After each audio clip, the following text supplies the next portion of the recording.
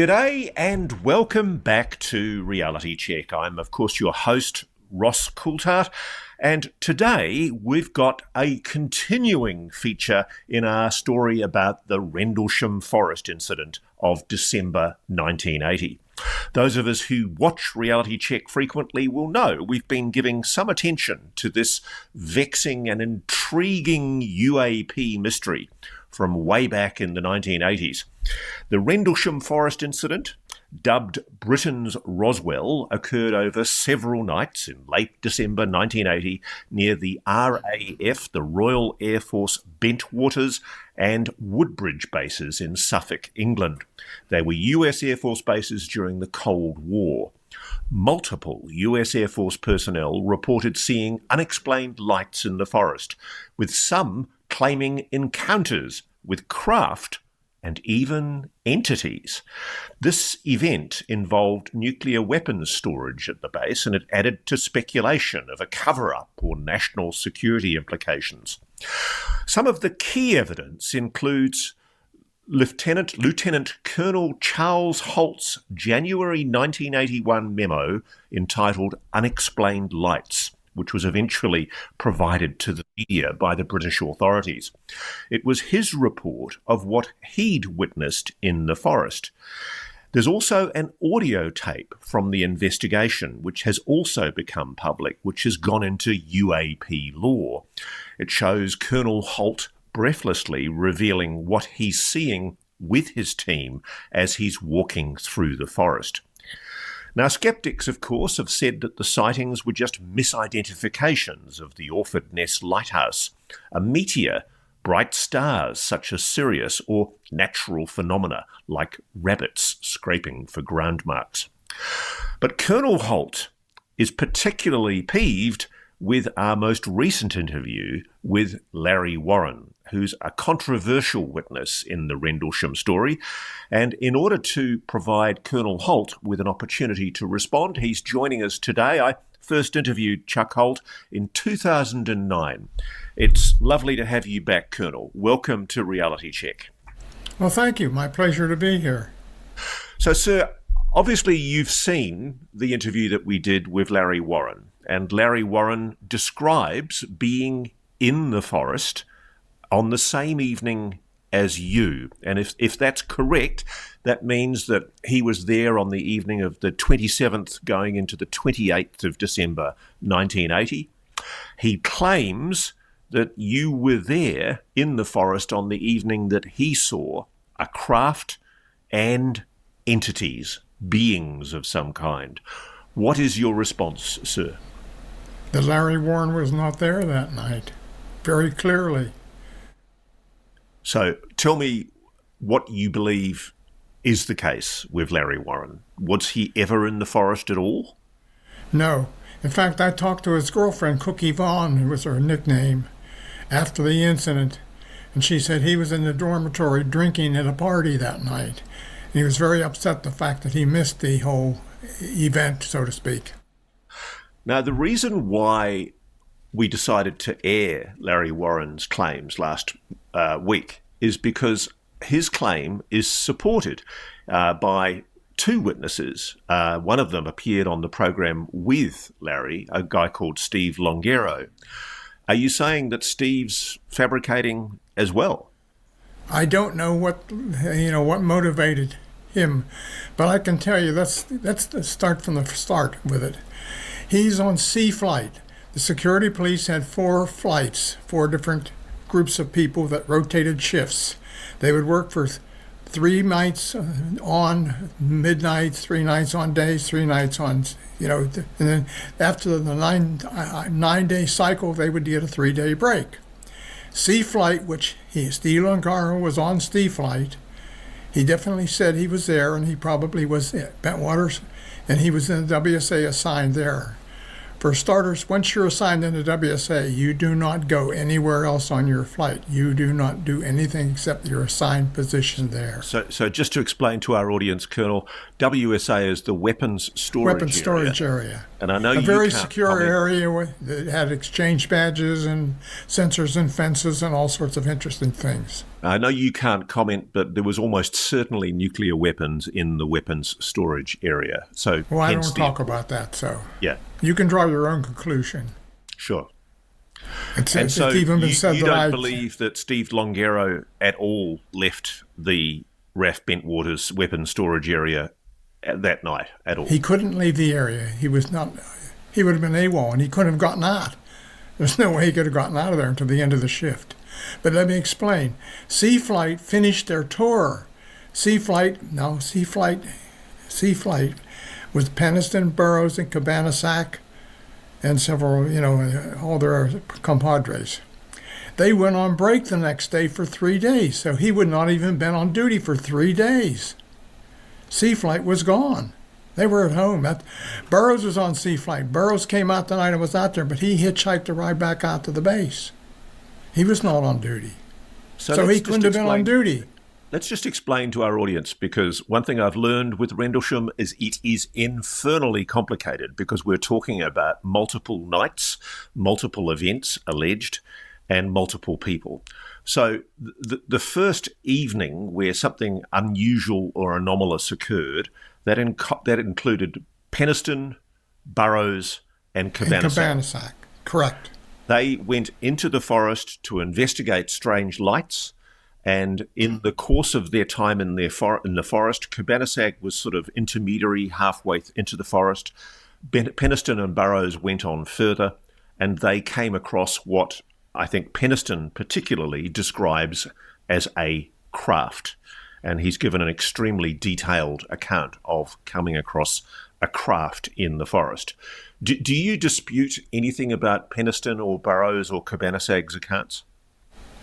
The only thing I can say about that is I'm not really I have problems with some of the things they've said. They changed their story.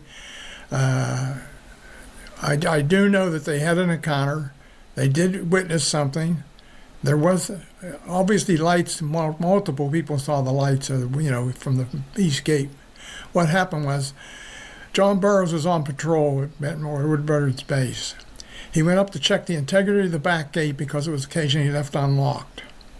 He saw lights in the forest. He came back and called the desk sergeant. The desk sergeant immediately called air traffic control and everybody you can think of to try and verify if it was donned aircraft or whatever. Peniston was in the dining hall having a midnight chow. He was called out as the area supervisor for security at Woodbridge Base. He arrived with Airman Cabanas. Airman Cabanas was new to the base, so he was riding with Peniston to familiarize himself with the base. They all gathered at the gate and they looked, and there's definitely something in the forest.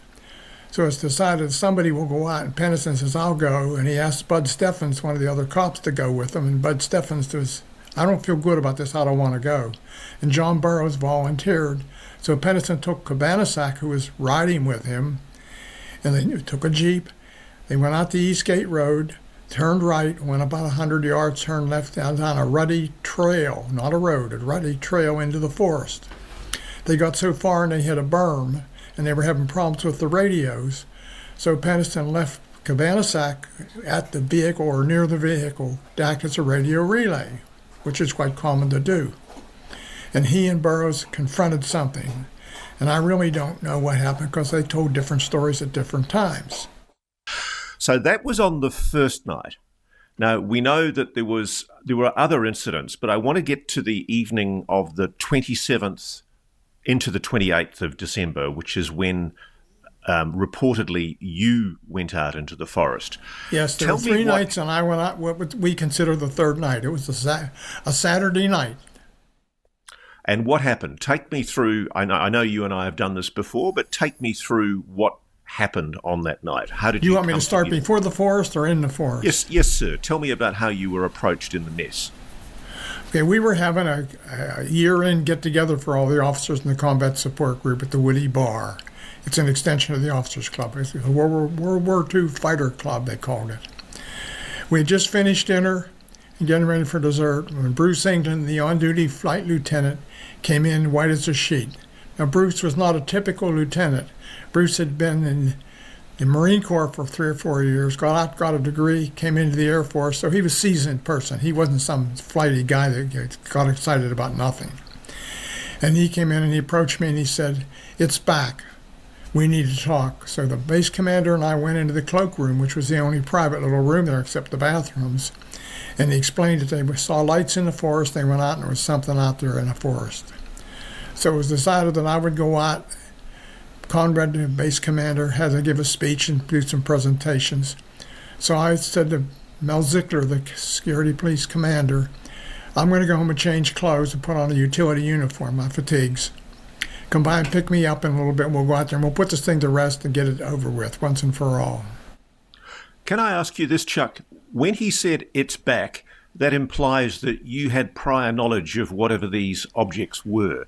What were you aware of? Had there been a report made to you and the base commander prior? No, what had happened the first night, that's the night Pennison, Burroughs, and Cabanas went out, I come in to pick up the police blotters in the morning, around 6 o'clock in the morning, somewhere around there. And when I walked in the door of the police office, the desk sergeant started to laugh. And I said, "What's so funny?" He said, "Burroughs, Pennison, Cabanas were out in the woods chasing UFOs all night, and the lieutenant said don't put anything in the police blotter." I said, "What?" I thought he was joking at first. I said, "Tell me what you know." He said, "Well, when he explained around midnight, he got a call from Burroughs at the East Gate that they thought they saw a downed aircraft, and they went out to investigate, and they came across something. And that the desk sergeant didn't know too much more than that." I said, "Well, put something in the blotter about there were some unexplained lights or something out there," and I picked up the blotters. I took them up to the office, and we all had a chuckle, UFOs. We all thought it was funny. We didn't really take it too seriously, but I was aware there was something was going on. So that's why I knew there was something happened.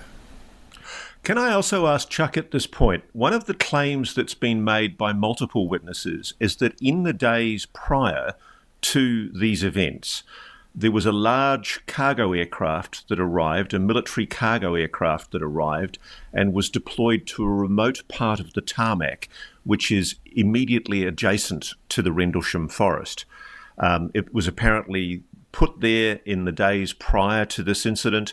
And not a lot of people know a lot about it, but people who are aware of the tarmac having to be strengthened have told me that, that they knew that this aircraft was located in this area in the days prior. And there's been some speculation that this is in some way connected to what we're talking about. Are you aware of this strange and unusual cargo aircraft? I think it might have been a C-5 Yes. being located. Yes, it was a C-5.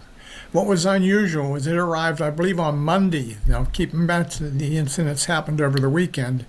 As I remember, the plane arrived on Monday.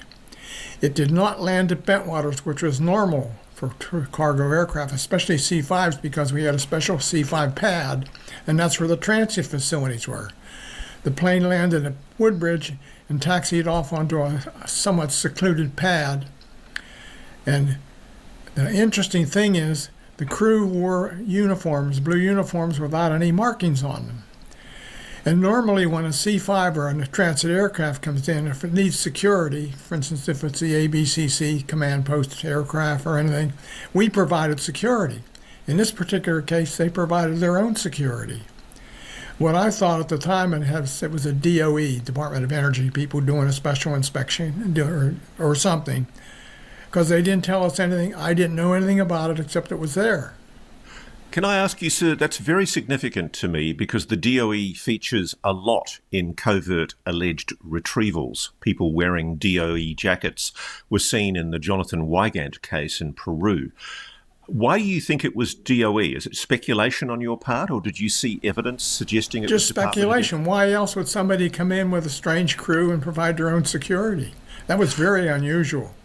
Why would they wear no insignia? I thought it was a requirement of the military code that all uniformed men wear insignia.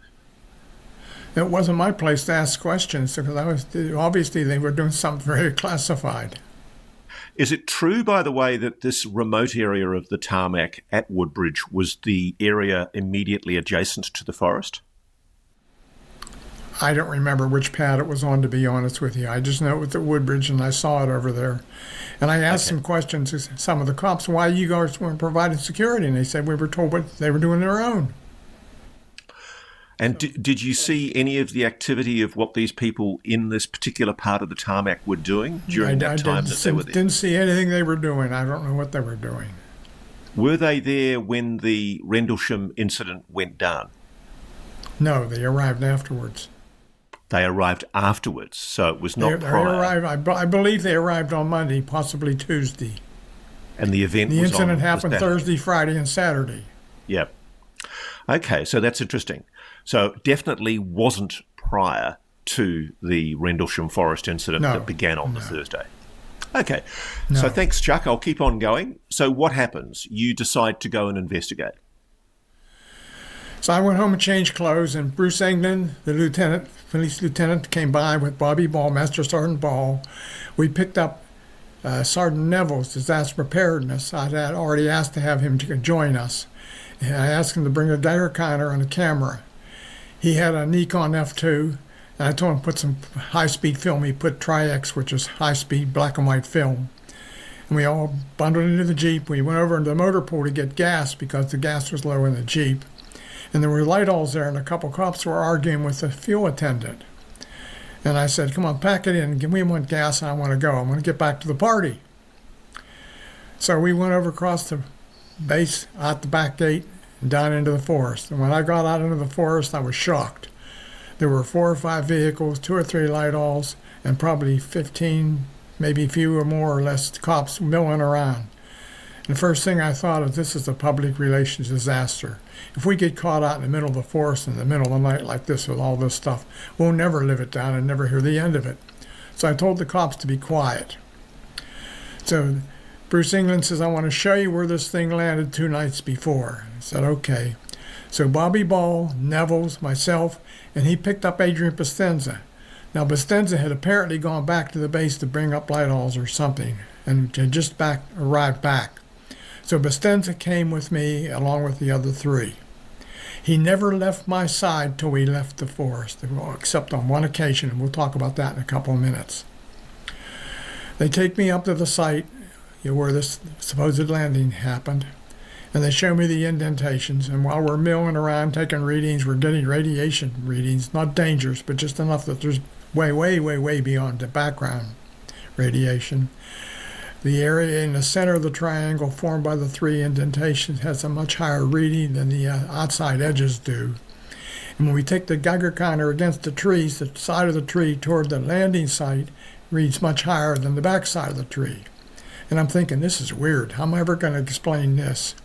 And while we're milling around trying to figure out what to do, somebody said, what's that we see out in the forest?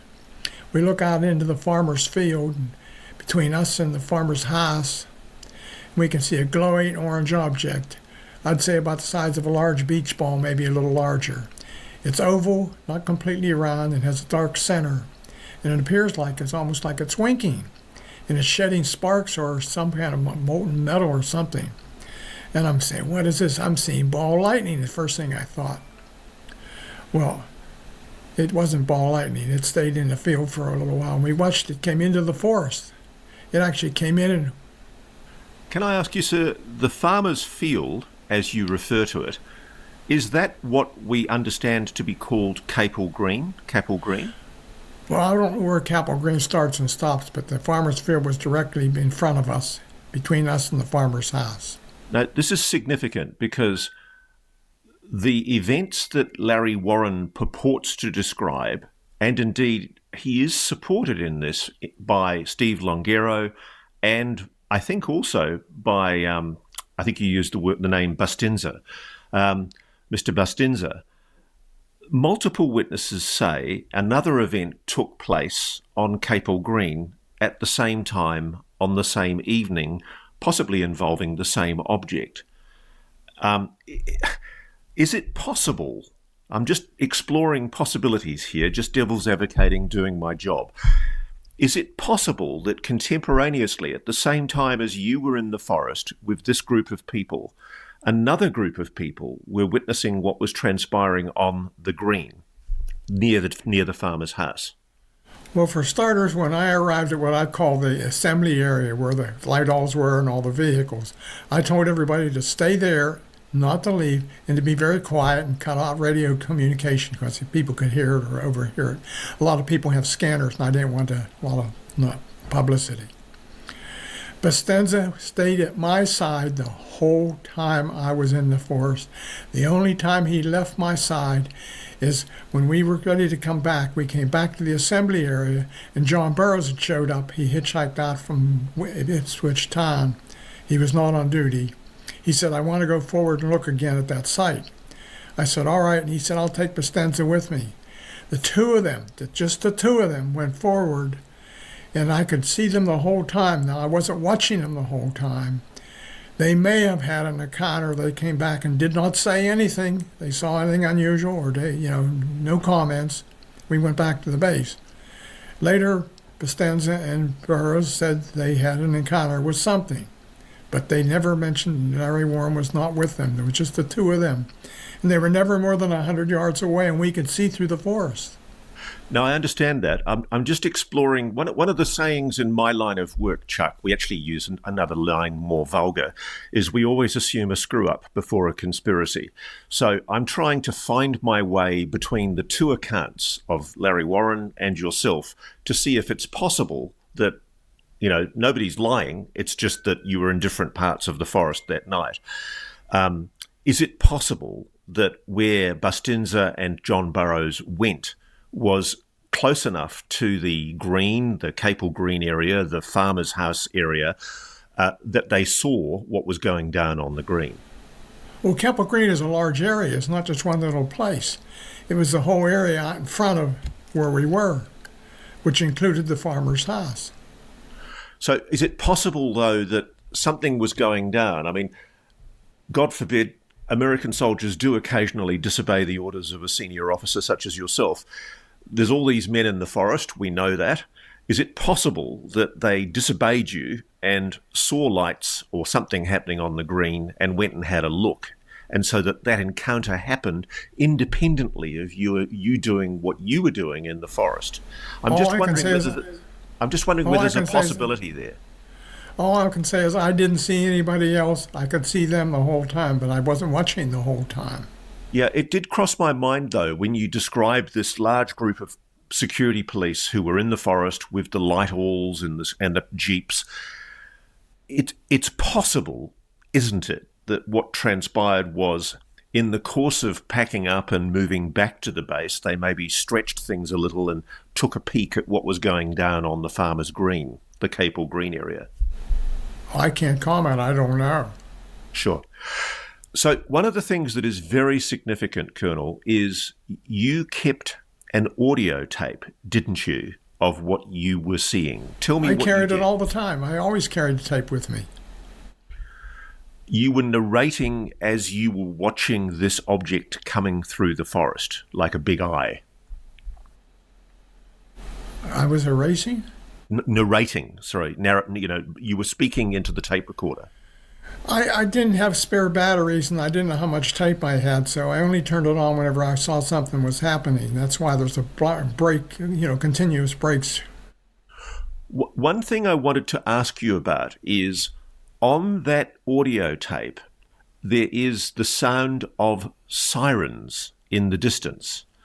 And the witnesses who say that they saw something on Capel Green, including Larry Warren, they say that British police were in attendance on the Capel Green, and when you listen to those sirens, they are a distinctive British siren noise. Wee-wah, wee-wah, that kind of siren noise that is peculiarly English, not American sirens. Are you aware of that siren noise that's on your audio tape? Because a lot of people... No, I'm not. I'm aware there's a bar of music on there. I was playing the tape for somebody, and the record button and the play button were the same button. Right. My daughter was practicing piano when I was playing the tape for somebody, so there's a bar of music. Because a lot of people have focused on those siren noises because there were allegedly, according to multiple witnesses, British police on the green watching this craft that is described by Larry Warren. And I think maybe at this point I should just remind our audience what it was that Mr. Warren says he saw. He claims that he was present at Capel Green, a field near the forest, which I think is the farmer's field you're describing. He saw a triangular craft 30 to 40 feet wide land. It emitted a glow. Non-human entities, 3 to 4 feet tall, in silver suits, disembarked. He says they interacted with the base commander, Colonel Gordon Williams, not you. There's been some Gordon confusion. Williams is the wing commander, not the base commander. Right, understood. Is there any knowledge on your part that the base commander, the wing commander, Gordon Williams, was in the forest that night? No, let me explain. Gordon Williams' staff car was a a Ford Crown Vic, sort of like police cars in those days. Warren claims he drove down into the forest and drove out into the field. Well, for starters, you couldn't have gone down into the forest without a four-wheel drive, high-centered vehicle. That's why we had the Jeep. There's a berm you couldn't get over without a tracked vehicle, and you had to go through a barbed wire fence. He claims Williams drove out into the field. Williams had a staff with him, including Don Moreland, the RAF liaison officer. Don Moreland was in Wales on holiday. That's why my memo was 2 weeks later in coming out. Don Moreland couldn't have been there. Gordon Williams, when I talked to him the following morning, which I did, said he was entertaining British guests at his house. And I talked to his wife several times, and she said 2 cops came to the door and told Williams what was going on, and he came back to the group, his party at the house. He never went into the forest. Do you know if the British police came into the forest? No, they did not. In fact, I went to Suffolk Constabulary, who the chief was a friend of mine, and had him pull all the logs for all the events going to Bentwaters over that time frame. And the only log they have of 2 police officers, and the one assigned to the base, came out into the forest on the morning after the first incident, so that would have been the 28th. And they were there. And there's actually pictures available of them taking a look at the site. So, Colonel, one of the things you described earlier was a Nikon F2 camera with a roll of high-speed film on it. Were photographs taken of the object that you saw in the forest? Yes. I was very familiar. I had an F2 myself. I had 2 of them, in fact, a series of lenses. What happened to those photographs? Monroe Nevels had his own darkroom on base housing. He had taken one of the bedrooms and painted the walls flat black, caused all kinds of problems later. I mean, that's another story. He claims he developed the film and it all came out fogged. Now, in my opinion, the radiation we found on the site was not enough to affect the film. But I don't know. He could have made a mistake in the darkroom. It's easy to do. Somebody could have messed with it. Who knows? Was there any interference at all before he developed the film by any of the agencies that were investigating this? Were they aware that there'd been a camera in the forest? Is it possible? I don't think they were aware that he had been out in the forest and taken pictures. He took pictures of the trees, he took pictures of the ground, the indentations, he took pictures, he tried to, of the object. I don't know what. I told him you're not going to get much in considering the situation. Was he using a flash, sir, or just high-speed film? No, just high-speed film. Right. You can push it the ASA 78900. Now, one of the claims that Mr. Warren also makes is that on the Capel Green there were video cameras and film cameras, that there was a film camera brought from the base video office or film office. Are you aware of any cameras being deployed that night? There were no cameras present. Were there cameras on the base? Was there a film set on the base?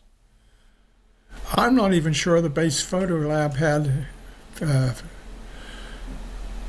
I don't know. I knew they had 35 millimeter cameras. I don't know that they had video cameras. Right. Okay. I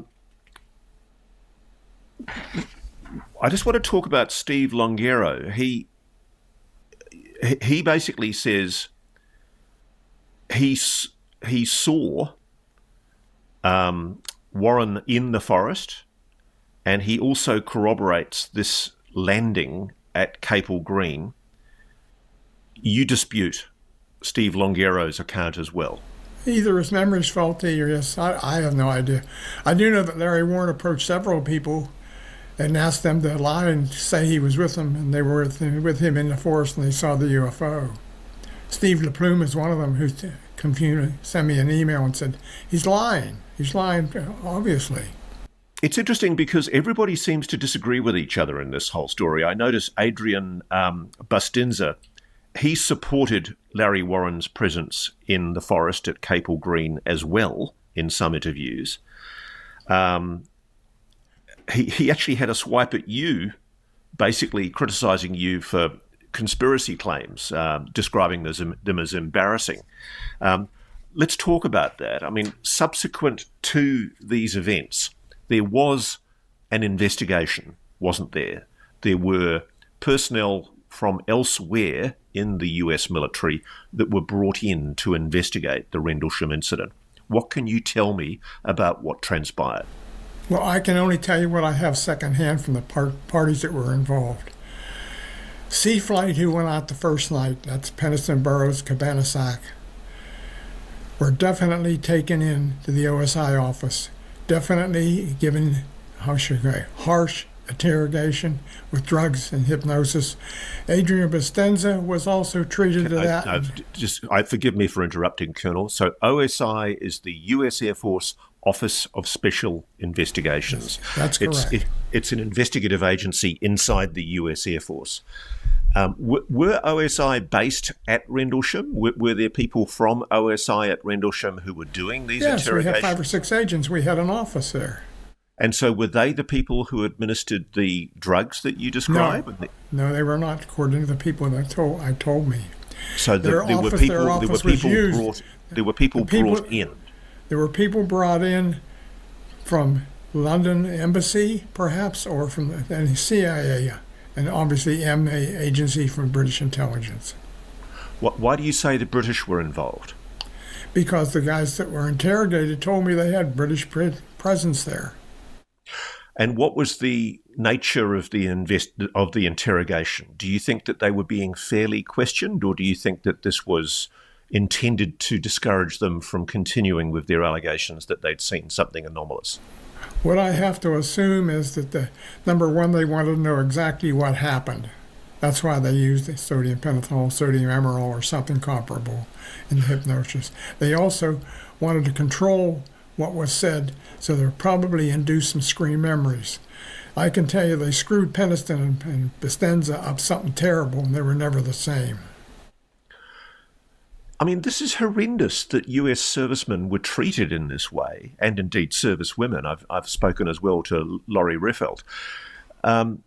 It shocks me that the US military would behave like this to its own service personnel.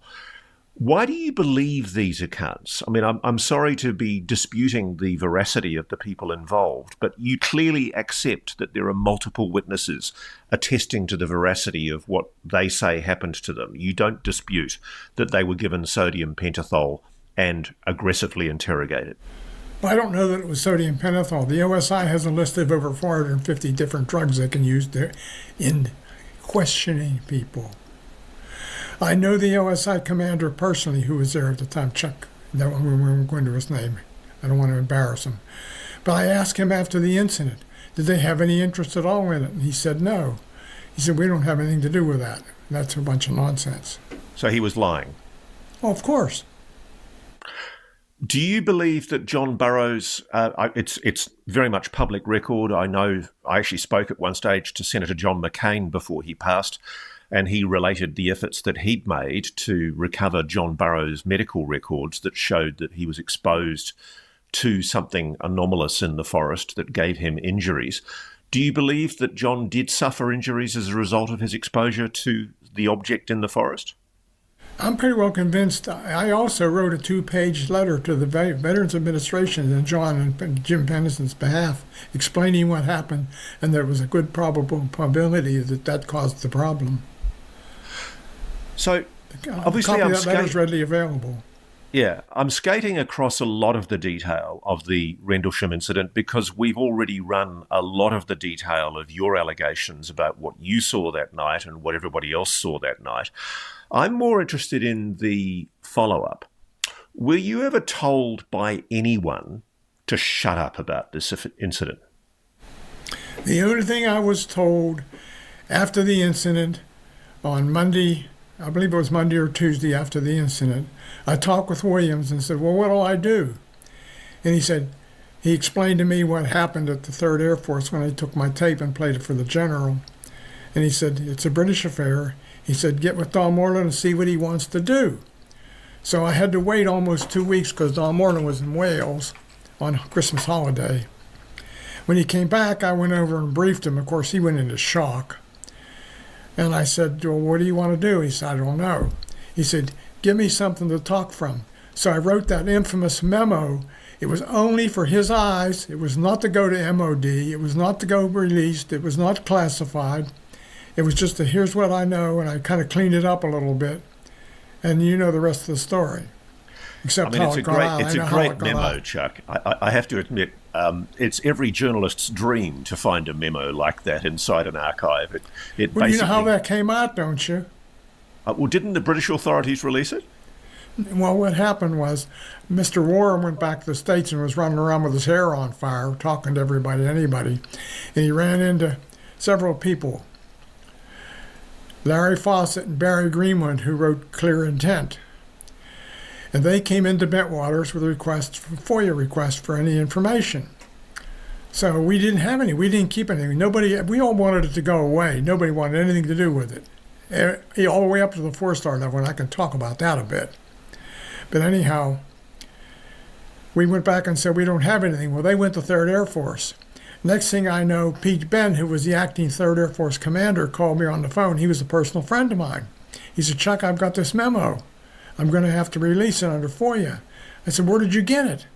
He said, I got it from the liaison officer. Apparently, Don Moreland sent a copy to his boss at 3rd Air Force, and they provided it to the Air Force. The Air Force, of course, the 3rd Air Force released it, and you won't believe what happened to me. ITV, German TV, BBC One, BBC Two, German TV, Japanese TV, Radio Orwell. I had to go into hiding. Australian TV too, if you remember, Chuck. I mean, the interesting thing I was furious. Yeah. Then Sam Morgan gave a copy of the tape to Harry Harris, and he sold it to the Japanese, who managed to make it went public there. So did I have a choice? I had to talk. Look, can I just say, sir, I deeply respect the fact that you showed the courage and the decency in backing the veracity of what you assert in that memo. It would have been very, very easy for you to decline comment. And I think the public is indebted to you for being open and being prepared to be honest about what you say you saw. I'm still trying to get to the truth of what happened that night, because a lot of people say to me, there are multiple witnesses to what took place on Capel Green. So in order for Larry Warren to be a liar, other people must be liars as well. And I'm just considering the possibility that, unbeknownst to you, while you were in the forest that night, another group of security police, including Larry Warren, were in the Capel Green area viewing what they allegedly say they viewed on the green. And I appreciate there are inconsistencies, there are people alleged to be there who weren't there, but is it possible that that took place and went down without your knowledge? Well, we know for a fact that Don Moreland wasn't there. We know for a fact that Gordon Williams wasn't there. Bastenza was with me the whole time. So how could this have happened? You tell me. Why would these people fake a whole story like this? I don't understand why they would make this up. Larry Warren is a very skillful psychopath that can lie like you can't believe. You need to follow his history all the way back from Project Bullpen in the States, where he got involved in that, if you're familiar with it. Sports memorabilia fraud. his fraud in England where he sold John Lennon's glasses, hat, and jacket, where he sold Stevie Vaughan's guitar, all fakes, his fake Bud Hopkins paintings. I mean, the list is endless. I could give you a list of people that have actually had him. He stayed and lived with them for a while until they found out all that and just went crazy. He's taken advantage of so many people. So why would Bustinza and Longero support his allegations that he was in the forest that night at Capel Green? Well, I don't know. We know that, number one, the first night Steve Longero was in the weapons storage area. And Larry Warren says he wasn't out there the first night, so that rules that out. The only night he could have been out there was when I was there, and he wasn't on duty. He was on sea flight. They were on break. Sure. Can I ask you this more broadly, Colonel? Do you believe there was a cover-up of the events transpired in the forest over those 3 nights? I think Larry's been used as disinformation. He's fit right in with their scheme. Believe me, there's no better way to make something ridiculous than to, embellish it and make it sound like something really wild. Larry did you ever ask for his discharge? He has a coded discharge that says he can never re-enlist, he can never work for the government, he can never hold a security clearance. He was booted out for unsuitable, undesirable. Okay, I'm just going to come back now to the C5 story. You're 100% sure, are you, the C5 arrived after the incident? Because some witnesses placed that aircraft arriving prior to the incident. It's possible, but I only remember seeing it on Monday or Tuesday the following week. Because it's been suggested to me that the C5 might have been part of a psionics team. As you know, there are allegations that the United States has been working with people who have the capacity to, in some way, telepathically engage with non-human technology, non-human craft or entities. And it's been suggested to me that this might have been what's called a link loss, that they were using psionics that had come in on the C5 as an experiment to operate these objects, these craft, on British soil. The whole thing was, of course, shrouded in secrecy. We can't rule out that possibility. Does the conduct of the authorities in relation to all of this show any inconsistency with that thesis? It strikes me that there was, from the get-go, an attempt, firstly, to find out what went down in the forest that night and what people saw, but then the next reaction from the US military and intelligence community was to shut it down and to shut everybody up, which doesn't seem consistent with this being something that the US didn't know about. Quite possibly.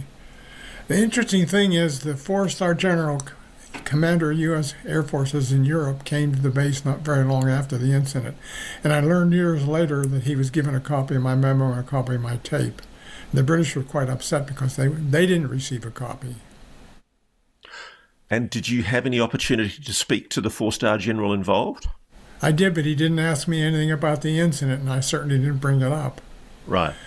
The unusual thing is nobody ever approached me. Nobody ever debriefed me. Nobody ever said, do this, don't do that. I got promoted. Now, in 1980, you have to understand the environment. If you reported a UFO, that was a killer. That was, it was not career enhancing at all. That was the end of it. It didn't happen to me. It did your career no harm, which again implies to me very strongly that the US kind of knew what this was. They definitely knew what it was. Gordon Williams got involved after the fact. He was aware of what happened to the people with the interrogation. When he was at California several years later on a follow-on assignment, the then chief of staff, who'd been the 4-star in Europe at the time and a good personal friend of his, had him go out and investigate an incident that he claimed did something to his health. Now, on his deathbed, he contacted several people, including James Fox, and he also contacted Sarah Krisky, a UFOologist in the UK, who was working on Capel Green film or something. And he said he wanted to get in touch with me. He had something on his deathbed he wanted to say. Unfortunately, he died before we had a chance to talk to him. But he did talk to his kids. They contacted me, and I contacted them back, and we made arrangements to meet, and they were going to tell me what he said on his deathbed because he wanted to make a confession. They changed their mind, and then they shut up. So I pushed him hard, and he said, for $10,000, I'll tell you the story. I'll tell you what I learned. I said, I don't pay $10,000 for that. I'd like to know, but I'm not going to pay you $10,000. So you've never been told to shut up about it, but you Never. do believe that there was an effort to stop these people from... There was an effort to discredit the story. Never. That's interesting. Yeah. That's hard to believe, I know, but it's true. I mean, I'm not part of a conspiracy. I was never ready on anything of, as far as a conspiracy and what they were doing behind the scenes. Are you aware of any allegations of any film or video being taken anywhere by anyone involving this incident? No, none whatsoever. The only camera I ever saw was the Nikon that Monroe Nevels was carrying. Right. And did you ever get the opportunity to speak directly to the Wing Commander Williams about whether he went into the forest that night? Yes, well, I know. When I ran into him the following morning was Sunday morning. I came back home. I got home around 4:30, 5 o'clock in the morning. I couldn't sleep. I took a shower because I was wet and muddy. I got in a stream. I decided to go in the office. And the office was a big Quonset hut with a foyer in the center, the wing commander's office on one side and our office, the base commander's on the other side. And as I got to the front door, he drove in. So I waited and opened the door for him. And the first thing he said to me was, that was some night you had last night, because he overheard all my conversations with the command post when I was asking him to check with the radar and do this and do that. And I said, I made a tape. He said, come on in the office, play the tape. So I played the tape for him. That was Monday. He said, I'm going to take it to the staff meeting, 3rd Air Force staff meeting on Wednesday. They had a meeting every Wednesday morning, and play the tape. But did he specifically say that he'd been at home that night? I mean, did he say anything that was in... He said he's entertaining.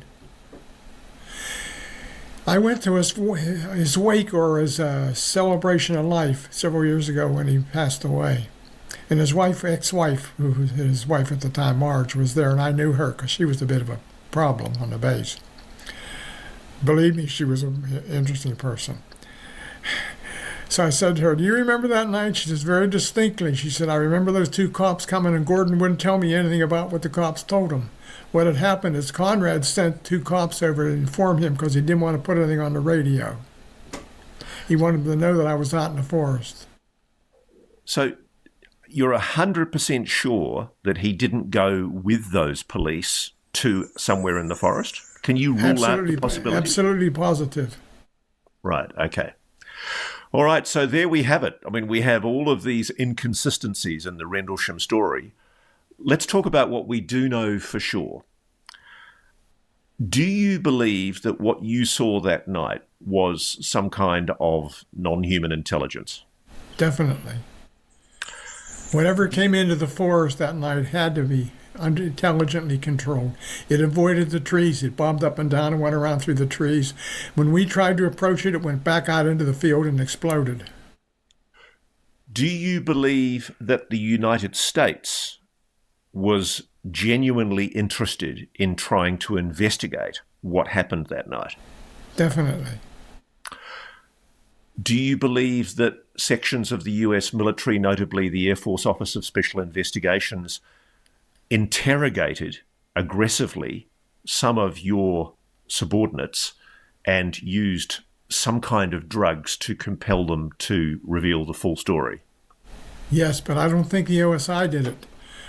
Experts came in from, like I say, CIA and British intelligence. Tennyson distinctly remembers one of them was a Navy commander in uniform. A British Navy commander or no, American? American. Do you remember the rank? No, he said commander. That's all I know. I didn't see. Oh, sorry. It was actually the commander rank. Okay. Yeah. And that's equivalent to lieutenant colonel. yes. Do you believe there's been an active disinformation program and cover-up by sections of the US military and intelligence community about Rendlesham in the years Definitely, and Larry Warren's part of it. Maybe unknowingly. You believe he's been unwittingly used? Yes, definitely. Okay. Didn't take much to get him to cooperate with him, no. I'm not going to buy into this blue, but I'm fascinated by it because fundamentally at the heart of all of this, Colonel, we shouldn't get distracted by the fact that something anomalous did happen in the forest that night. Definitely. Now, several people have told me, and I believe them, there are incidents before and after that relate to this. In fact, I did a program for Unsolved Mysteries years ago, and at the end of the program, they say, if you have any further information, call the Fall Cosgrove Muir at this number. 100 and some people called in, and I got some very interesting stories, including some where some of the people in the WSA actually shot at an object years before. So there's been previous encounters involving anomalous objects over what I will say were the nuclear weapons storage areas at the base. Oh, definitely. 2 weeks after Williams and I kind of settled down, and still joked about it a little bit, he said, next time something like that happens, give me a call. 2 weeks later, Sergeant Security Policeman called the desk and said he was at Woodbridge Base, and he and his partner saw and were watching a UFO. They called me, the desk called me, I called Williams. We both raced over. I beat him there because I could get across the base with my little TR-8, and he had to go around with his big staff car. We got there and it was gone. So we were very disappointed. We both went back home, and a day or two later they told me it came back, but they were afraid to call me because they were so disappointed and embarrassed that, it was gone, whatever it was. Guy Fawkes night the following year, 2 cops at Woodbridge Base saw a large cigar-shaped object float over the base, but they reported it later, after the fact. They didn't want to be involved in it. They told me all about it, but a week or two later. Wow, so there's been a concurrence of incidents. There's been quite a series of incidents that have gone unreported at Rendlesham. Oh, probably dozens. I'm just guessing. Why? There's something about that area. There's an attraction of some type, or a portal, or some reason that the people at the penal colony and the people at the power station.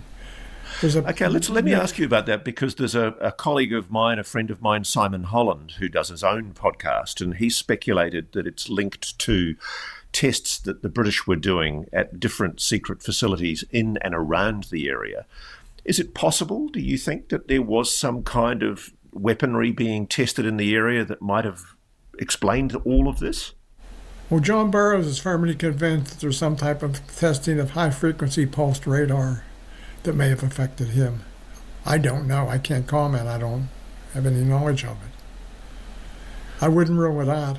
There's a lot of stuff that went on in the base that even the base commander and I didn't know about. We didn't have a need to know. It's funny, I don't know how you guys in the military put up with that kind of compartmentalization. I wouldn't last 5 minutes in the military because I'd always want to know what was going on. If somebody tells me I'm not allowed to know something, I immediately need to know about it. So can I ask you something interesting? Later in my career, when I ran the DoD IG inspection directorate, we did an organizational inspection of DIA and NSA. I went out on the inspection in brief for the NSA, and it didn't take me long to figure out, or my team chief to figure out, that every time you opened the door there was another door and you weren't going through that second door, that the director of the NSA has no idea what the hell they're doing. It's Actually, so compartmentalized. I didn't realize you'd worked as the DoD Inspector General. So you were actually... all the teams work for me. So this is really interesting because, of course, the DoD IG, the Inspector General of the Defence Force, is one of the bodies that's meant to be oversighting the veracity of claims about UFO incidents. Mm-hmm. In practice, when you were doing that job, it's quite clear from what you're saying here that it's very easy to snow the Inspectors General. True? When I did the Unsolved Mysteries program, prior to doing it, I was still on active duty. I was serving in the DODIG. They approached me about doing the program, so I was a little reluctant. So I went to the DODIG himself, and I said, here's what happened. What do you think? And he sat down and listened to everything I ran him through. It took about an hour, everything I knew. He said, do it. I went and did it. It's one thing I love about America is that there is still a culture of openness and transparency. But as you say, there's always another door. And if they don't want you to go through that door, even in the Inspector General of the Defense Department, you'd never get through it. True? True. My credentials said I could go anywhere, any place, in any facility. That was not true. Well, let me say, I'm aware, for example, of alleged deep underground military bases in the United States that may or may not be known to Congress. I suspect they're not disclosed to Congress, and I suspect they've been kept secret from all of the oversight agencies, including the DODIG. If you turned up with the powers of the DODIG, knocked on the door and said, I want to come in, what would happen? You wouldn't get in. I can tell you two stories. One thing, when I was in Belgium, I can talk about this because it's open. We had a weapon storage area for our intermediate missiles. Same thing, similar to what was at Bentwaters. 3 senior members on the Senate Armed Services Committee showed up on the base and wanted to go in the weapon storage area. They didn't get in. We tried to get them in. We could not get the clearance to let them in. They could not go in. And why was that? What were they trying to hide? Nothing. It's just the procedure is nobody goes in without the following exchange badge and so on and so forth, being perfectly vetted. You might be aware that the Transparency Subcommittee of the Oversight Committee in the House of Congress there were 3 members of the Congress who tried to get access to pilots at an Air Force base in Florida who were reporting anomalous objects that they'd seen. I think a lot of us have this expectation that organisations, institutions like the Inspectors General of the Intelligence Community, Inspector General of the Defence Department, that you have these incredible powers, you can kick any door in that you want. I don't understand what's going wrong with oversight, because clearly somebody is covering something up inside the military intelligence community in the United States, and even the bodies that we entrust to do the oversight aren't getting the access they need to do their jobs. Do you agree? 100%. If you were asked, Colonel, I appreciate it's a long time ago now, gosh, what is that, 45 years. If you were asked, would you be prepared to give evidence under oath in a public hearing about what you witnessed at Rendlesham? Would you like to see... I've already volunteered to do that. Would you like to see a full, open, public accounting and transparency about what took place that night? I'd like to see subpoenas. I'd like to see the Congress start developing some teeth. It's not going to work. Why not? What do you? But let's put it to the test. These congressional subcommittees, they've got powers. They've got subpoena powers. The Congress is enshrined in the Constitution of the United States as having oversight over all sections of executive government that it's paying for. Why in hell's name is any arrogant, hubristic military officer or intelligence community official thinking that it's above the accountability to the Congress? I can't answer that, but I can tell you it's a fact. We live in very dangerous times when sections of the military and intelligence community believe they're above the law. Well, there's obviously a good reason for secrecy, but sometimes it's overdone. You're right. Sure.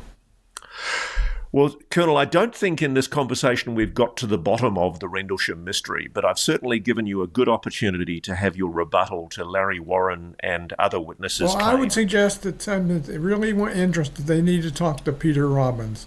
They need to go to his website, Peter Robbins, NY, New York.com, and read his 58-page rebuttal to Larry.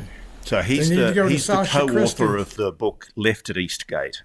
He's the guy who wrote the book with Larry Warren. and he was apparently upset with inaccuracies, falsehoods in Larry Warren's story that he discovered subsequently, and he withdrew the manuscript. He withdrew his cooperation with the manuscript. Correct? That's correct. Yeah. Well, I think we've tried to shed more light on the Rendlesham mystery, sir. One thing for sure I do want to thank you for, I want to thank you for your service, and I also want to thank you for consistently, through your career, being so willing to be transparent, open, and accountable about what you saw in the forest in December of 1980. Colonel I almost Chuck wish I'd seen the little green man or whatever, but I didn't. I'm sorry I have to disappoint you. Colonel Chuck Halt, thank you so much for talking to Reality Check. Best wishes to you, sir. You're quite welcome. And before we go, please don't forget to send in any questions you have for me to realitycheck@newsnationnow.com. Looking forward to answering your questions as best as we can.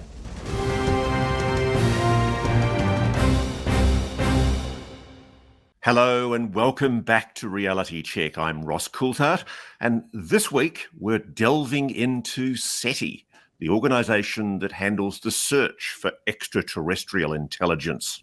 And just to introduce this, 74 years ago in 1950, a physicist by the name of Enrico Fermi was sitting in the canteen at the Los Alamos National Laboratory canteen, and he was having lunch. And he posited with his colleagues, if the universe is as vast as we understand it is, and there must be technological advanced civilizations out there in vast numbers, where the hell are the aliens? And it's a very good question. And SETI, the search for extraterrestrial intelligence, has been asking that question for quite a number of decades now. It started out as NASA funded, and then the bean counters cut that funding. And thanks very much, particularly to Microsoft's Paul Allen, there's been funding that has continued to keep the SETI Institute going. And the current CEO of the SETI Institute and president is Bill Diamond. And Bill's hugely experienced in photonics, optical communications. He's worked across venture-backed startups and huge multinationals.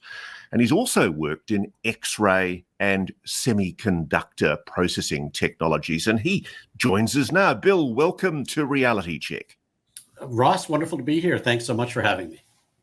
So, Bill, can I first get you to give me, I was trying to figure it out this morning as I was going through my research. I was trying to figure out, is SETI just focused on radio waves, observing the spectrum of radio wave transmissions coming from the universe, or is it also looking at optical signals?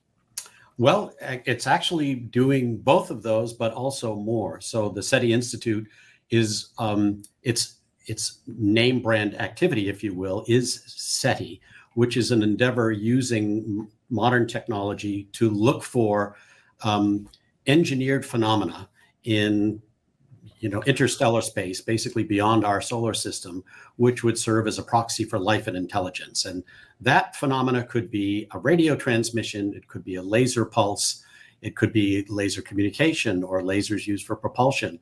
But since the Institute's founding 40 years ago, the search for signs of technology or signs or evidence of engineered phenomena has broadened to include what we now call technosignatures. And a technosignature could include even some bizarre phenomena that we observe that appears to maybe be something like a Dyson sphere or some engineered structure surrounding its host star to provide a planet with boundless energy. So we use both optical telescopes and radio telescopes to look for specific kinds of electromagnetic phenomena.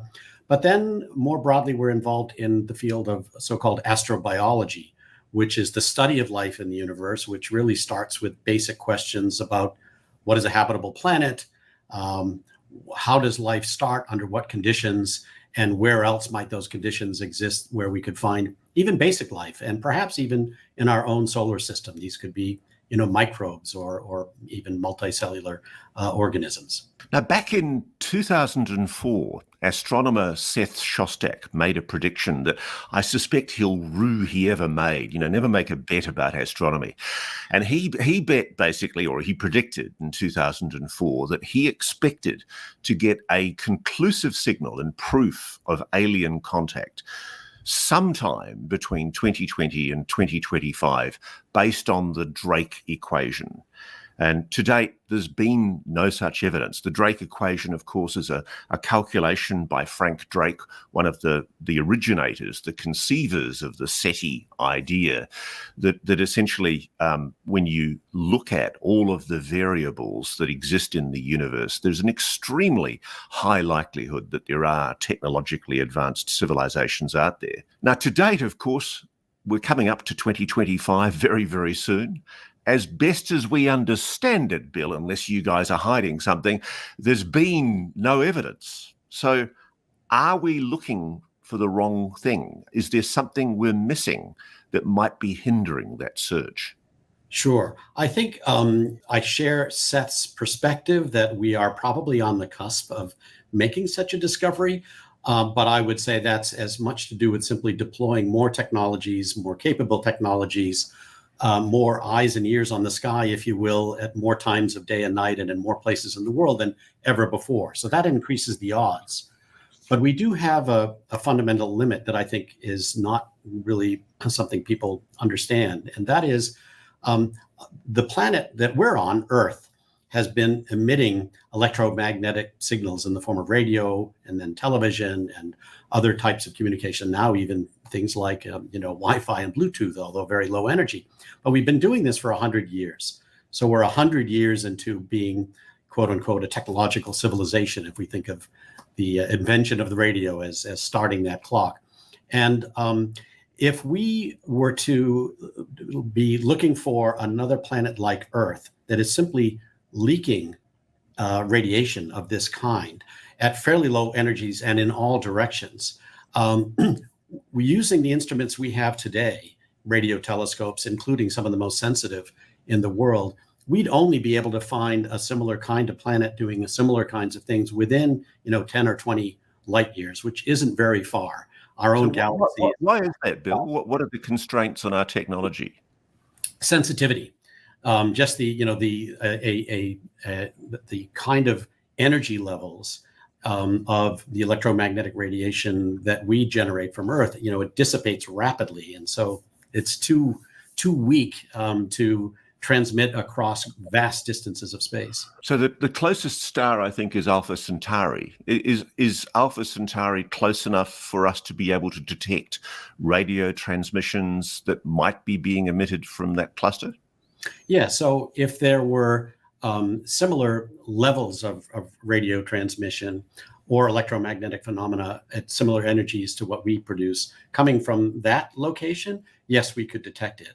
And similarly, part of the premise of SETI is the notion that a sufficiently advanced civilization may actually be, particularly broadcasting high energy, targeted radio waves or optical signals that would have sufficient energy to be detected across the galaxy even. So it isn't as though our search is only limited to 10 or 20 light years out. It's just that if we were looking for other examples of a planet like Earth where we are not actually directing high energy beacons across the galaxy, then we can only locate quite nearby planets. Now, Bill, one of my favorite movies is Contact, the Jodie Foster movie that's set around Arecibo, the Puerto Rico dish. And I think it also uses the Very Large Array down in New Mexico. Yeah. And it's such an inspiring movie talking about the possibilities of extraterrestrial intelligence attempting to communicate with our planet. And the thing that I loved in that film was it postulated a White House that meddles. And I remember there was a villain called, I think, Drumfield, and he's the bad guy who's trying to stop Jodie Foster from being the one that goes on the mission. And it's all these religious fundamentalists in the Congress who are offended by the idea that, you know, there might be aliens, and they're trying to conceal it from the public. Tell me, sir, what protections do you have in place? Do you promise me, if you find an extraterrestrial techno signature, are you going to have some cad from the White House on your shoulder saying, you are not going to tell the public about this? Tell us, what's the procedure in place, Bill? How does it happen? Sure. Well, that's a great question. We get that question all the time. We are not a government agency. We do have government funding from NASA and from the National Science Foundation and other government organizations for some of the work we do, but not for SETI, not for the work we do with radio and optical telescopes. That's all privately funded. So the government has no control over what we do. We own our own telescope array. We use the Very Large Array. Actually, it wasn't being used for SETI at the time of the movie Contact. It had never been used for SETI, but we actually have a project on the VLA right now, which is maybe the most comprehensive SETI program ever undertaken by the human species. We can talk more about that later. But our protocol, first and foremost, would be that if we made an observation of a signal which appeared to be, a technical engineered phenomenon, not something that nature produces, and B, was perceived by our instruments to be from beyond our solar system, so something, from another star system beyond our own, then step one would be to get another radio observatory elsewhere on the planet to point their instruments at the same place and see if they see or hear the same phenomena. And part of the reason for doing that is that if we're looking at something and we think it's fairly far away, and another telescope in another part of the Earth looks in the same coordinates we give them and get the same signal, that verifies that it's far away. If we give them the same coordinates and they don't see it, that's because it's coming from closer by. And then we would know, oh, this must be a satellite or, some other local phenomena. So step one, verification. Step two, announcement. But the announcement, I think, in the traditions of science, would be as fact-based and informationally accurate as possible, with perhaps, minimum speculation. In other words, we would say, this is what we have observed. We appear to have received a signal from whatever, let's say 20 light years from Earth, and it is this kind of a signal. It is modulated in this manner. It appears to contain information, or at the very least, it appears to be something clearly engineered and not something nature produces. And therefore it is, likely evidence of an alien technology.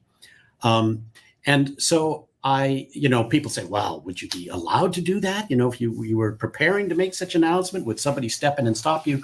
Of course, I can't predict what some future administration may or may not do, but, they wouldn't have any inside track on what we were about to do or say. We're not under any obligation to make any advance notifications to any government agency about any discovery we might make. So they would have no, heads up that this was coming. Secondly, I say this somewhat tongue in cheek, but I say to people, look, if you're concerned about that, the thing to do is to surround our building off of our property with cameras looking at our building at all times. And if you ever see a bunch of black Escalades pull up with a bunch of people with suits and earpieces and lapel pins pop out, you might assume that we got a signal. So, but no, we're pretty free and clear.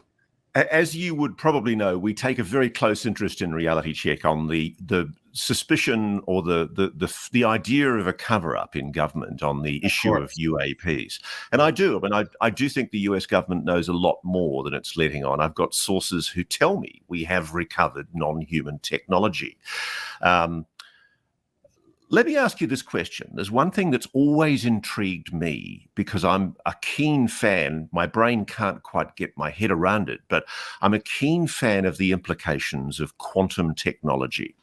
And let me just work through this with you, and please shout at me if I say anything wrong here. As I understand it, there's a phenomenon in quantum science of quantum teleportation, which relies on the so-called entanglement of particles to transmit quantum information instantaneously and securely. And this entanglement of particles is so cool, and it's almost magic, because if you've got one particle here and another particle, say at Alpha Centauri, light years away, they would instantaneously do the same thing. Now, I looked online because I've always been intrigued by the possibility that this might be the way that aliens communicate. That here we are on the cusp of this amazing discovery about quantum telecommunication, the possibility that there is this other way of communicating that doesn't use radio waves or even visible light in the optical spectrum. And so, is there that possibility? I hear different arguments online. There's a whole Reddit string that says, no, quantum communication is not possible. It's absolutely not possible. You can't go faster than light. And then I was reading about this team of scientists from Edinburgh's School of Physics and Astronomy, and they have mathematically calculated that quantum communications across interstellar space should be possible. And they've used math to describe the movement of X-rays across a medium, such as that travels between stars. And they looked to see if their calculations could show the degree of decoherence that might occur during such a journey. And their math shows that space is clean enough to allow such interstellar quantum communications. So X-ray photographs could travel hundreds of thousands of light years without losing their coherence. Does this mean that there might be a form of communication that we're currently not looking for, quantum communication? And is there any way, Bill, of detecting it? Sure. Well, it's a great question. And I'm not familiar with the paper you referenced from Scotland, but quantum entanglement is something that it occurs on a quantum scale. So we're talking about subatomic particles and their state, for example, their spin state, and how particles at vast distances, even across the length of the galaxy, never mind between here and Alpha Centauri, if they're entangled, can basically duplicate each other's state. Now, I'm not sure that entanglement provides the same ability to transmit information as we think about when we talk about transmitting information or teleporting information, because we're just talking about quantum states being entangled and instantaneously happening, across vast distances. I think it's fair to say that we are sufficiently ignorant of the possibilities of things like quantum entanglement or quantum communications to say whether or not that would be a phenomena that we could look for. I think it's fair to say that at any given moment in time, we are only able to deploy the technologies that we have at our disposal to look for phenomena that we already understand and know about. And so, and when you think about, our existence as a technological civilization and being, 100 years old, we think that statistically speaking, the probability or the likelihood is if we do find evidence of an extraterrestrial civilization, they'd be most certainly much older than we are, because the probability of 200-year-old civilizations finding one another in a 15 billion year old universe is like zero. But so they might be 1,000 years or 20 or 50,000, and I think it's difficult to imagine what kind of physics and deeper understanding they have of the natural world and its phenomena than we do. So one of the things we're endeavoring to do, for example, at the moment, is bring together theoretical physicists and SETI scientists and sort of reimagine SETI techniques and technologies based on different ideas of how information might get sent from point A to point B, and so forth. So I think it's fair to say that our search techniques and modalities are very limited. They're limited to technologies we have and understand, and that there are certainly going to be discoveries made in the decades ahead and centuries ahead that may, completely turn on its head, the science, if you will, and technology of SETI searches.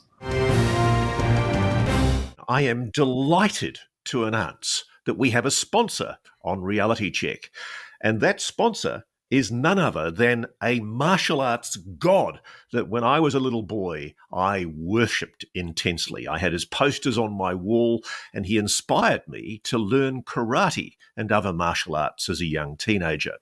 I'm talking about Chuck Norris. When I was a little boy, there was one movie that I went to watch about 5 times in 1972 called The Way of the Dragon. And it was Bruce Lee and Chuck Norris facing off against each other in the Colosseum in Rome. It was just mighty stuff. And would you believe Chuck Norris is now 84 years old. And while I have broken hands and knees and ankles because of my foolish interest in karate, whacking boards in a dojo late into the night, Chuck Norris's body defies explanation. The man is 84 years old, and yet he's still got the vigor of a man 30 or 40 years younger than him. He's still kicking butt and working out. And what's amazing is he's stronger, he can work out longer, and has plenty of energy left over for his grandkids. He did this, he tells us, by making one change. And he says he still feels like he's in his 50s. His wife's even done the same thing as well, and she's never felt better. She says she feels 10 years younger. Her body looks leaner, and she has energy all day. And Chuck's made a special video that explains everything. And make sure you help us and Chuck by watching it. If you go to chuckdefense.com/Ross and click in the link below in this video, it'll change the way you think about your health. Now, once again, that's chuckdefense.com/Ross. Click on the link in the description below to watch the video. You won't believe how simple it is. Just a reminder, the legendary Chuck Norris is a whopping 84 years old, and yet he's got more energy than me. And his body may be broken, but for some reason, he seems to be able to keep on going. I want to know his secret. I'm going to click on that link. What he's discovered that he could effect dramatic changes to his health simply focusing on 3 things that sabotage our body as we age. Watch his method by clicking on the link in the box below, chuckdefense.com/Ross. Broadly speaking, putting the quantum communications question aside for a moment, I guess what you're conceding there is the possibility that the aliens are using a technology that we just don't know about yet. Exactly. Yeah. Well, think about, even what we now call optical SETI, the idea of looking in space for optical phenomena, specifically lasers. Lasers are also a very effective form of communication or propulsion or information transfer. We have a laser up the street from us here in Mountain View at the Lawrence Livermore National Laboratory, and that is the world's most powerful laser used for high energy basically fusion, energy fusion research. And if you took the output of that laser and bounced it off of one of our 8-meter telescope mirrors on Earth and shot it into space, it would be 10,000 times brighter than the sun.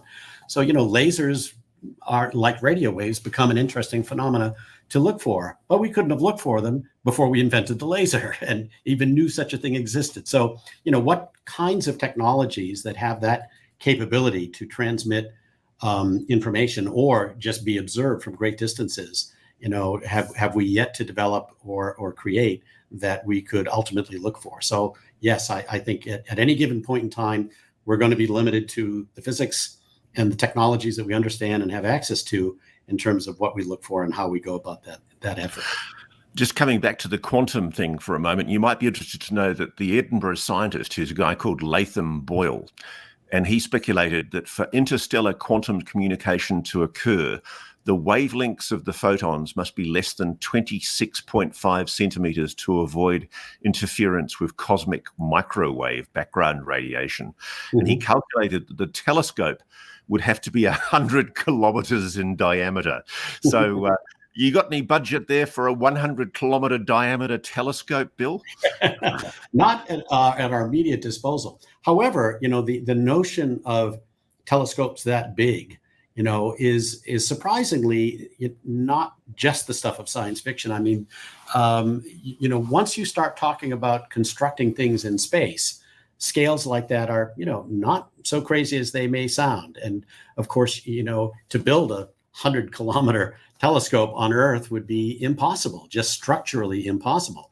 But to build it in space where there's no gravity, you don't need a big, strong, supportive frame or, things like that. So you can take, mylar thin films and create any shape you want and make it absolutely enormous. So it's not as crazy as it sounds, but it would be, if we talk about, having to build it on Earth, yeah, there are some constraints there that would make it difficult. Now, one thing I wanted to ask you about, and please, I know you're being a really good sort by asking some of my questions because I'm really fascinated in this area. And one of the things that I was intrigued about, I was reading about something called ALBI, astronomically long baseline interferometry.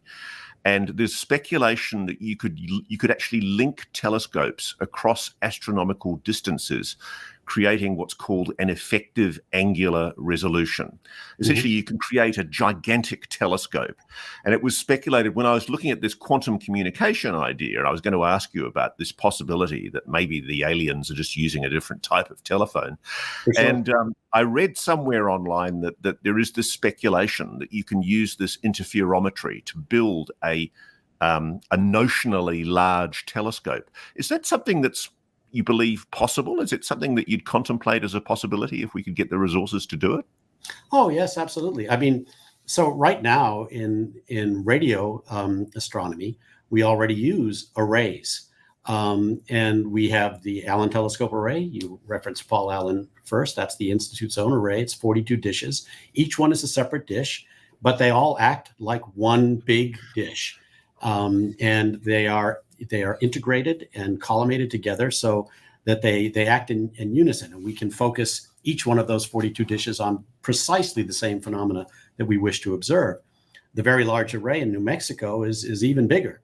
Each telescope there is 25 meters across, and there's 27 of them, and they're spread over a distance about 23 miles across. And but they also have the VLBA, the Very Large Baseline Array, which combines some of the telescopes at the VLA with other radio telescopes across the United States in different locations, again, to function as a single large integrated instrument. So really all we're talking about is scaling phenomena and technology that we already know quite a lot about and we know how to do.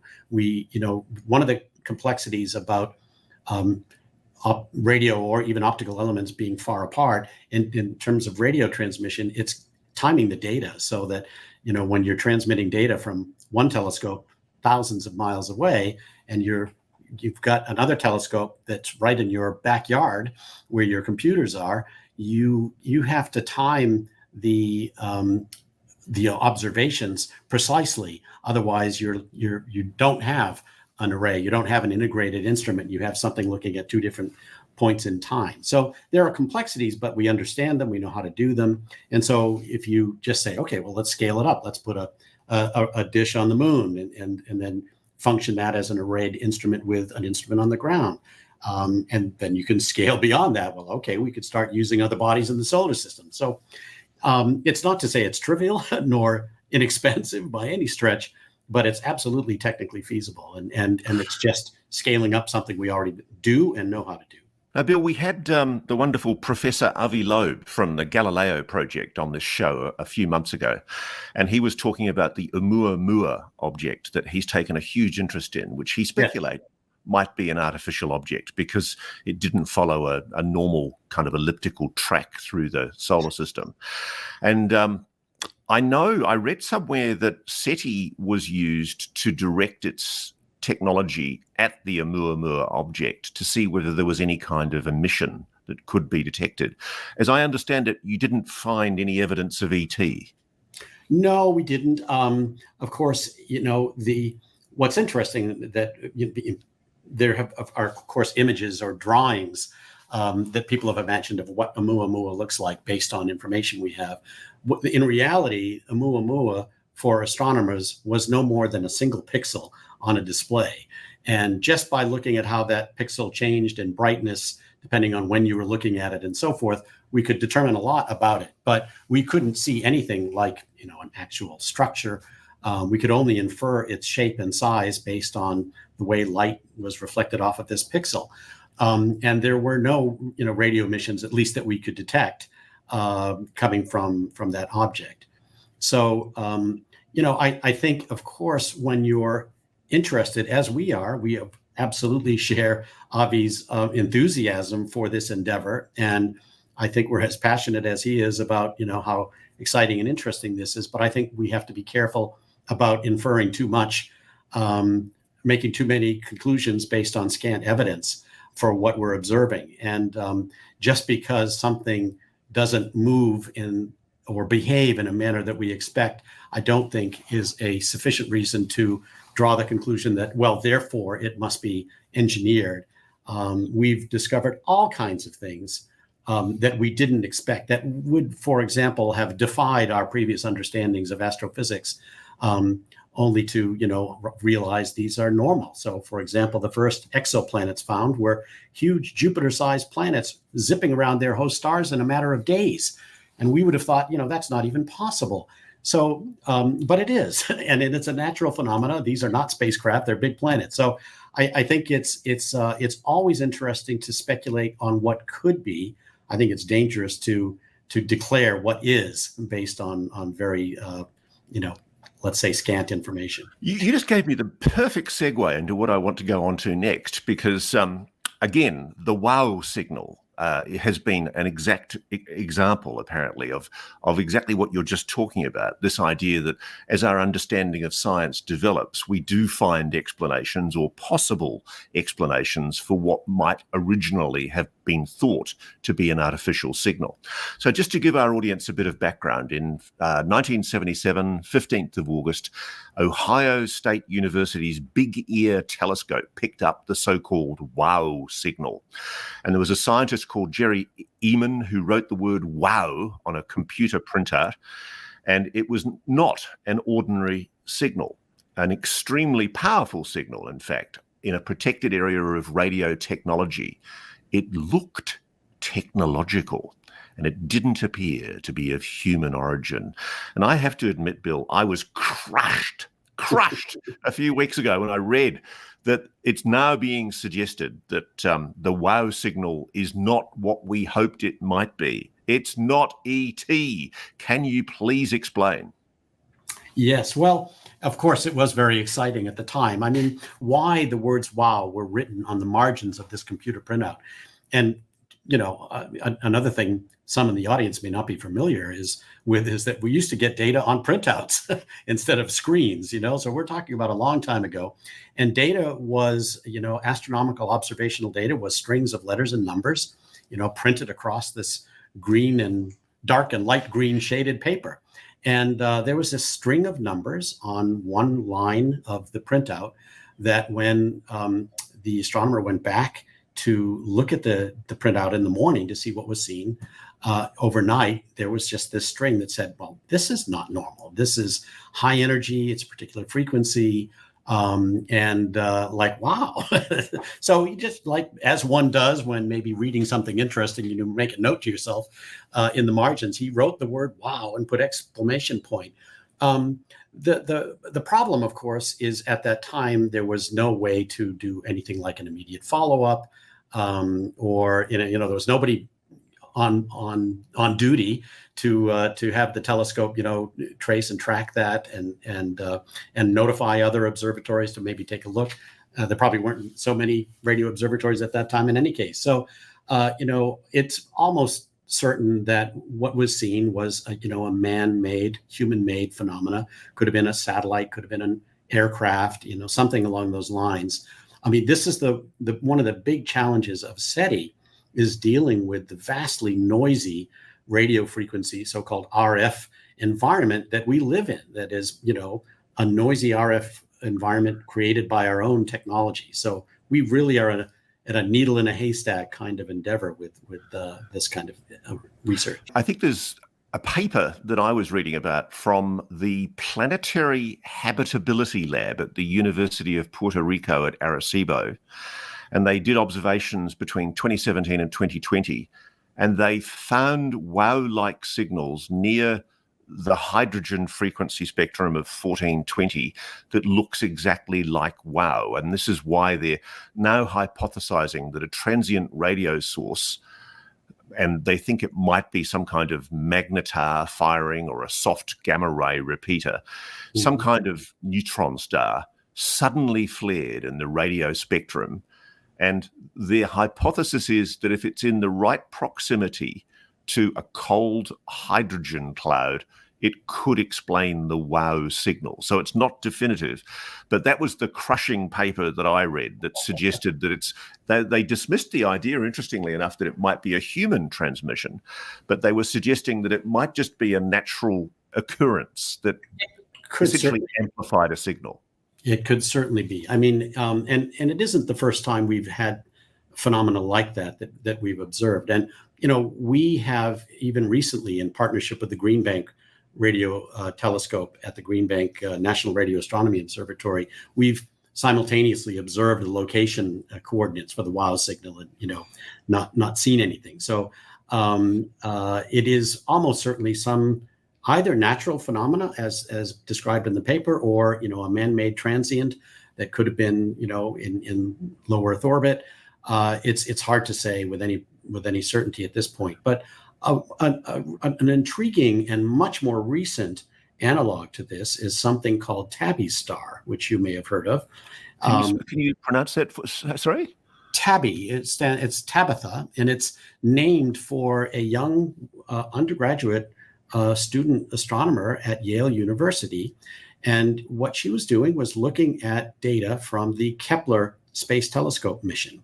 That was a NASA mission that was run out of the NASA Ames Research Center right down the street from us. And actually the SETI Institute managed the data pipeline for that mission. And we wrote the algorithms for planet detection. The purpose of that mission was to find so-called exosolar planets, and in other words, planets around other stars. It did that using the so-called transit method. Basically look at a star and look at its brightness and stare at it for a long time, i.e. years. And if you have instruments that are sensitive enough to look at just the slightest amount of dimming of the light from that star that might be because of a planet transiting in front of it in our line of sight, and you see that happening with a regular periodicity or frequency, you might infer that this is a planet going around the star. And so that was the fundamental technology or idea behind the Kepler mission. Now, bear in mind, an Earth-like planet transiting a sun-like star would only dim the observed light from our sun, if it was being observed by somebody on Alpha Centauri, for example, by 1 part in 10,000. So very, very tiny amount. So very hard to see. Even a Jupiter-sized planet would be 1 part in 1,000. So just a slight dimming of a star, which you're still observing in the field of view of this telescope as a tiny little point. So extraordinary measurements. But there was a particular observation of a particular star in which this young woman discovered hidden in the data that there was something periodically dimming the light of this star by 20%, not 1/10,000th or 1/1000th, but 20%. And that gave rise to all kinds of speculation that it might be, for example, a Dyson sphere or some, engineered technology. And for the longest time, many, many months, I think maybe even more than a couple of years, there was no better explanation. Astronomers and astrophysicists were trying all kinds of ways to explain this than the idea that it might be an engineered phenomena. But, certainly there was a lot of skepticism that this might be the case. And now the prevailing theory, which, has been backed by a lot of analysis and mathematics and so forth, is that this is a cloud of dust that is moving around in an orbit that is blocking the light, which is disappointing if true. But it's another example of things that are unexpected and at least initially unexplained by our own understanding of physics and cosmology, and then turn out to be nature at work. Do you find it frustrating, Bill, that you're doing a job where you've got one goal and you've been doing it now? I mean, obviously SETI's been doing it now for decades, but both with and without government funding, or with diminishing or diminution of government funding at different times. But there's obviously the one goal is obviously to discover extraterrestrial intelligence. Right. There's all these disappointments. I mean, you've just given me another one there. The wow signal's another disappointment. I mean, do you ever feel like it's a futile task? Well, I think the answer to its ultimate futility would lie in whether or not there are such extraterrestrial advanced civilizations out there. And what's interesting is, in only the last 15 years, do we now have irrefutable proof that planets are ubiquitous. We didn't know that. We hadn't even discovered planets outside of our own solar system until the mid-1990s. And it wasn't even until a few years later that we discovered that's what they were, was other planets. Now, thanks largely to the Kepler mission, we know that every star in the sky is in fact not a star. It's a solar system, that every star in the sky statistically has one or more planets around it. And we also know from that same mission that approximately 20 or even 30%, possibly even more, are rocky Earth-like planets within the so-called habitable zone of their host star, where the energy level isn't too great or too little and would theoretically support liquid water, which we feel is a fundamental ingredient for biology as we know it. And so you do the math, and that suggests that within our own galaxy, which is one of hundreds of billions of others, there are tens of billions of potentially habitable worlds. So that's a game-changing bit of new knowledge. And one could argue that, well, for the first 25 years of the Institute's history, we didn't even know if there were other planets. We were just hoping there might be. Well, now we know there are. And I think and it seems like the more we learn, the more it is sort of statistically inevitable that there is life, and even intelligent life, beyond Earth. Another way to put it is the statistical probability that we are alone in the universe is zero. So I think that compels us to do the search, even if our techniques and technologies are somewhat primitive or somewhat limited. But we in the cosmic time scale, we haven't been at this for very long, right? 40 years in a 4 billion year old planet and a 15 billion year old universe is just nothing at all. So we have a long way to go before I think we'd be ready to hang it up and say we quit. Now, when we, as an advanced technological civilization, engage with primitive, or how do we say this, indigenous communities that are less technologically advanced than us, we often have a non-interference policy. And, there are tribes all around the earth where we basically leave them alone. They're incredibly remote. And it makes me think of the Prime Directive in Star Trek. Right. Captain Kirk and Spock, they have this policy that they're very strict about. And I think Gene Roddenberry, when he wrote Star Trek, I think he had some insights because he was connected to Navy intelligence. And it's very, very interesting, because is it possible, or do you think it's actually likely, that the aliens that do exist, those advanced technological civilizations out there, they know full well we're looking for them. They just don't want us to know about them just yet? Mm-hmm. Yeah, sure. I mean, one of the things I'm like self-trained to be in this job is open-minded, right? So I would, I don't believe in invoking absolutes like absolutely not or absolutely yes. Anything's possible. And certainly, we are as a species on our own planet sort of invoking this policy of non-interference. But we've only been doing that in modern times, right? I mean, we clearly in our past, we've had other examples of, more advanced civilizations interacting with less advanced civilizations and species, and well, not species, civilizations, and the results not going very well for the less developed populations. So it is certainly, I think, promising to see that in modern times we've realized that the prime directive, do not interfere, is really the right approach. So is it possible that there are civilizations out there that know we are here, and not so much that they don't want us to know that they're there, but rather they don't want to interfere with us, or be disrupting our own evolutionary processes? It's possible. I would kind of hope that, since it appears that in the course of a civilization moving from being agrarian to industrial to ultimately technological, there are unintended consequences that come along with our technology that are, in fact, in many ways, an existential threat to our own existence over, the long-term future. And in that case, I almost feel like, well, if there are more advanced civilizations who've solved those problems, and they know we're here, and they observe that we're having these problems, it'd be great if they came and helped us out. But that's maybe wishful thinking. Now, Bill, I'm in regional New South Wales in Australia, and only a few hours away across the outback, there's a place called the Parkes Observatory that I'm sure you know well. We do. And I spoke to a few of the blokes there who are friends of mine, and they asked me to give you a prod because they have a nostalgia for a project that I'm sure you know well called SETI at Home. Yes. And it was a project, I think it ran until 2021. I think you ran out of money in the end, but it didn't get any results. But they have a beef. They've got a real issue with you lot there at SETI. They think you're Northern Hemisphere focused and they're Southern Hemisphere. And down here on the bottom of the Earth, we have a beef. You haven't been looking for life in the southern part of the hemisphere.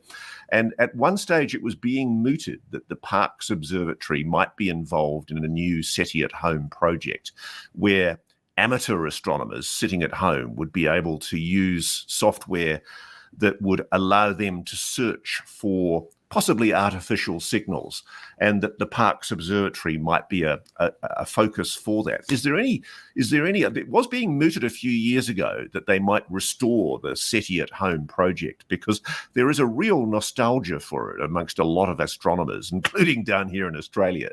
Is there any possibility that might be resuscitated? Sure. Well, lots of different elements to that question, starting with Parkes. So yes, we know the group at Parkes very well. We have coordinated with them on SETI observations in the past. They have been part of a consortium effort in a project called the Breakthrough Listen Initiative. And Dr. Andrew Simeon is the head of the Breakthrough Listen Initiative here in the US. He also heads SETI programs at the SETI Institute. And the Breakthrough Initiative has used some of its funding to get time on the Parkes telescope to do observations, SETI observations from the Southern Hemisphere. And the Southern Hemisphere has the advantage over the Northern Hemisphere that you can look directly at the galactic center, which is the more crowded part of the galaxy. Yeah, we think we're superior down here, Bill. So well, in terms of night sky and a place to look, it's absolutely correct. Now, at the same time, your listeners at south of the equator will be maybe pleased to learn that the two biggest, most capable modern radio telescope arrays are being built in the Southern Hemisphere. One in Australia, the Square Kilometre Array, and the other in South Africa, Meerkat, and they are both part of the Square Kilometre Array consortium. And we are working with both of those organizations to try and also get programs to do SETI. The newer way of doing SETI on existing instruments, instead of buying time and then having a limited opportunity to look at a certain place, is to do what's called commensal observations. And that means wherever their telescope is pointed at, which is usually going to be at some particular phenomena, capture the whole field of view and send that set of data to a different set of computers that are designed to find SETI phenomena, as opposed to looking at a particular astronomical phenomena. And so we're working with different radio telescopes. We'd love to work with Parkes in that manner as well. We have a project on the Very Large Array I mentioned earlier, where we are doing just that. and the amount of data we are generating is extraordinary. It's on the order of 3 terabytes per second.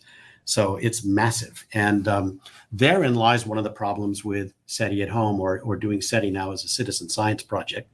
And it's in some cases like this, I'm glad to be able to say actually that the SETI at home wasn't a SETI Institute project, because I don't want anybody mad at us for no longer supporting it.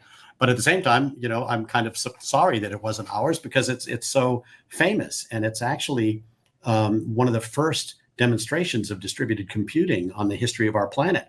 So it's really innovative. It was done by UC Berkeley, and in fact, UC Berkeley here in California and the SETI Institute have long worked together, and we both built the Allen Telescope Array together. And Andrew is based at Berkeley. So there's lots of ties there. We are looking at, and by the way, SETI at home didn't involve citizen science because we weren't asking people to actually do any data analytics. We were really taking advantage of their computers and letting them, there's this screensaver operate in the background to help with the computational elements. But people loved it. And I get people coming up to me from all corners of our planet, from India, from China, from Africa, and so on, saying, oh, I used to do SETI at home. So we are looking at, SETI at home 2.0, where this would more likely be like an app on the phone, or something that you could access through your laptop or computer, which would give you access to certain data sets that might then allow you to play with them. What we have to deal with is just how large these data sets are now, where to store them, how to give people access to them. If you're talking about doing something where you want to access terabytes of data, most people's cell phones and laptops can't do that very easily. So we are working on a way to bring SETI data into the hands of citizen scientists and reimagine and relaunch SETI at home, which we'd all love to do. So stay tuned, and maybe we can have a future conversation where we're launching that, and it'll be very exciting. That's wonderful news, Bill. I'm sure you'll make a lot of astronomers down here very happy. Let's move on. You've got SETI, which of course is a passive system. You're listening for techno signatures from the universe. And then there's METI. There's the active SETI, messages to extraterrestrial intelligence. Where do you stand on that? Obviously, there's a huge philosophical argument in astronomy and indeed in politics. Should we be letting the aliens know we're here? Yes. So I would say that from a logical perspective, and just a logical perspective, I might argue in support of METI proposers, in that if you want to find evidence of technological civilizations, tell them we're here, say hello, like send out a beacon. And so from a logical point of view, that's actually a very good way to, try and engage some other civilization, because they would know we're here, even though it might take a long time for our message to reach a potential advanced civilization. But the counter argument for that is one that there are very strong feelings about on both sides. There are strong proponents for and very strong proponents against doing METI. And the argument against is, you might not like who you wake up or who, becomes aware of your existence, and, they might come and do us harm. And even, the renowned physicist Stephen Hawking was very much opposed to, the idea of being METI.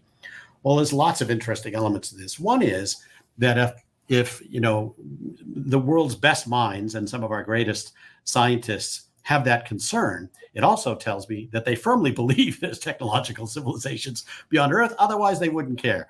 So the greatest minds on our planet, I think, are all convinced that there's likely to be extraterrestrial intelligence out there somewhere. But what's your view, though? Where do you stand?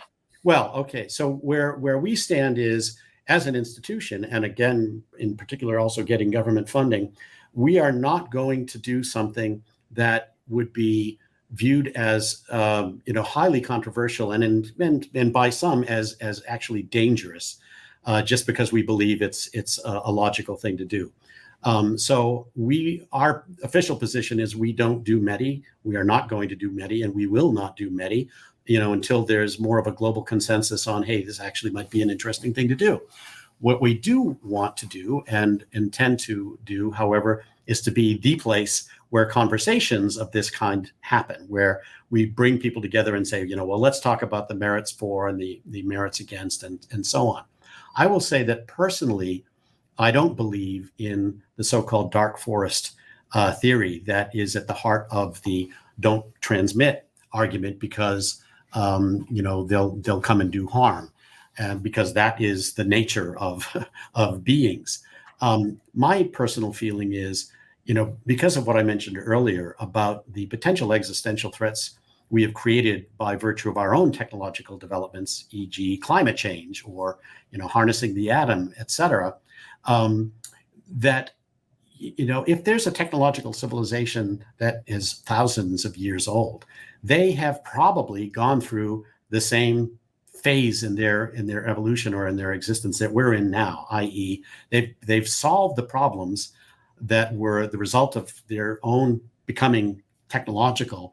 They've, found energy sources that don't, have the same consequences as either, nuclear or fossil fuel or things of this sort.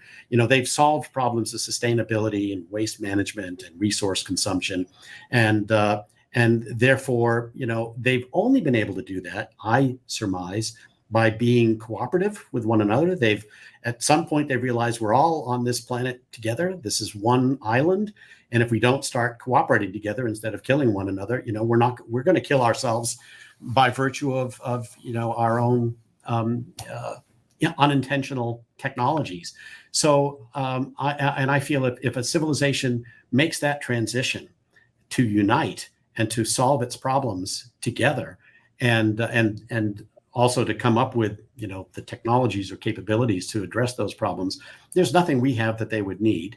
They're more likely to be benevolent than malevolent, because you can't be, I don't think, evil fundamentally and cooperate as a global, civilization. So I don't necessarily subscribe to the dark forest theorem, but I respect the opinions of those who do. And I feel that, I also respect this notion of, who gets to speak for planet Earth, who should have the right and the ability to, to do something like transmit, or and if transmitting, to be responsible for what is in that transmission.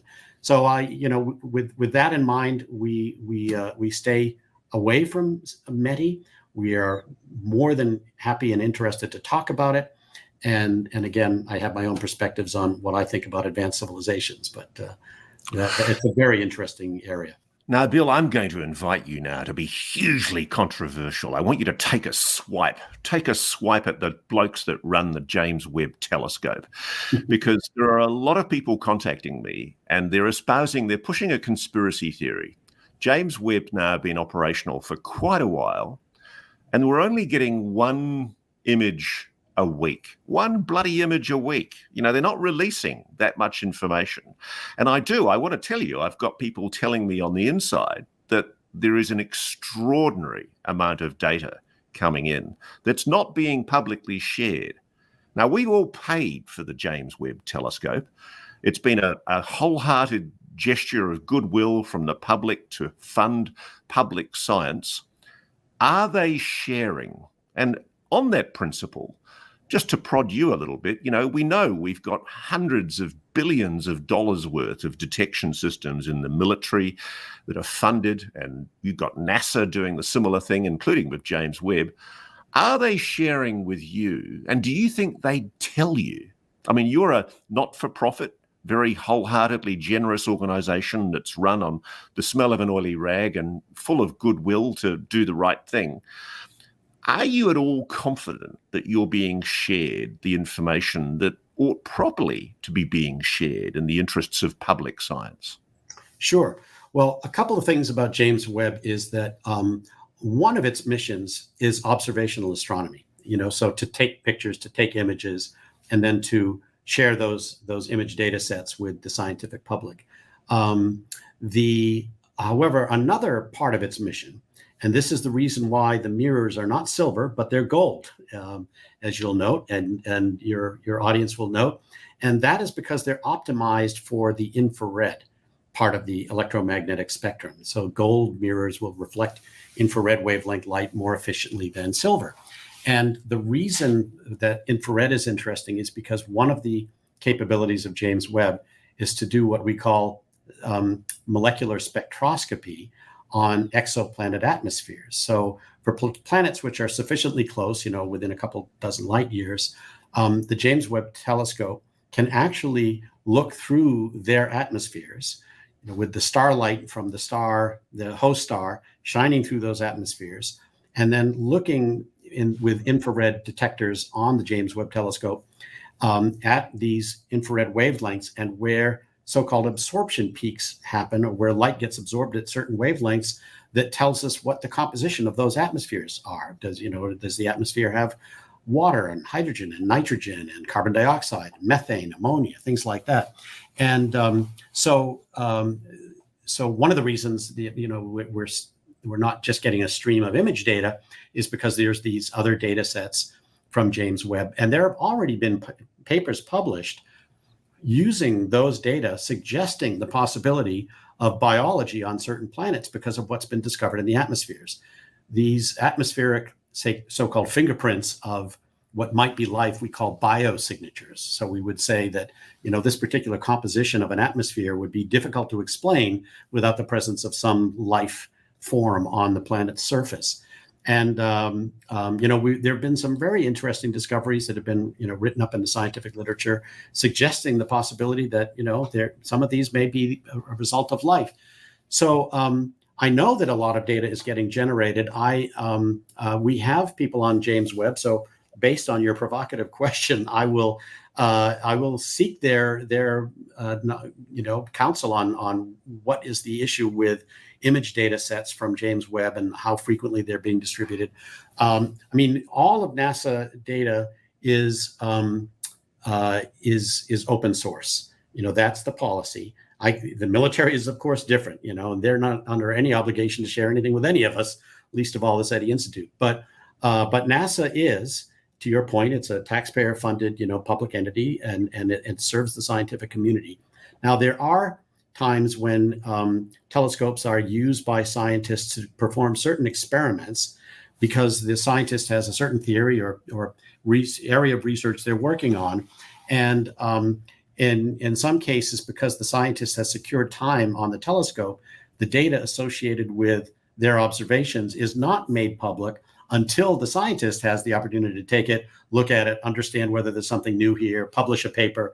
And, so you get this so-called embargo period sometimes where the data that's informing certain kinds of research has a delay before it gets shared with the public because, a scientist wants to be able to see, is this supporting my theory, or can I use this in my research? Is there a new and exciting discovery or paper here to be written?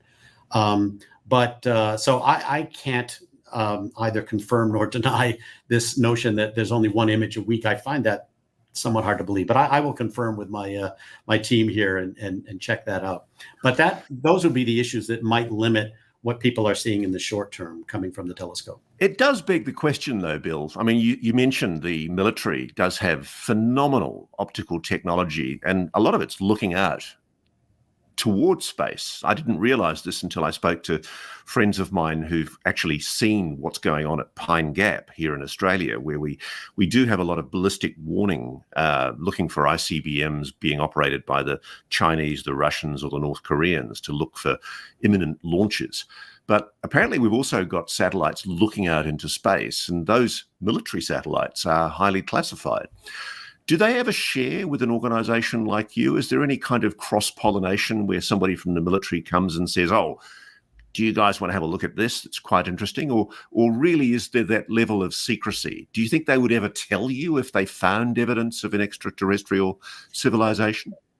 Yeah, so it is interesting with military assets that are used for observations in our own airspace, or, pointing up or pointing down, that I think there are situations where they would like to share data or information.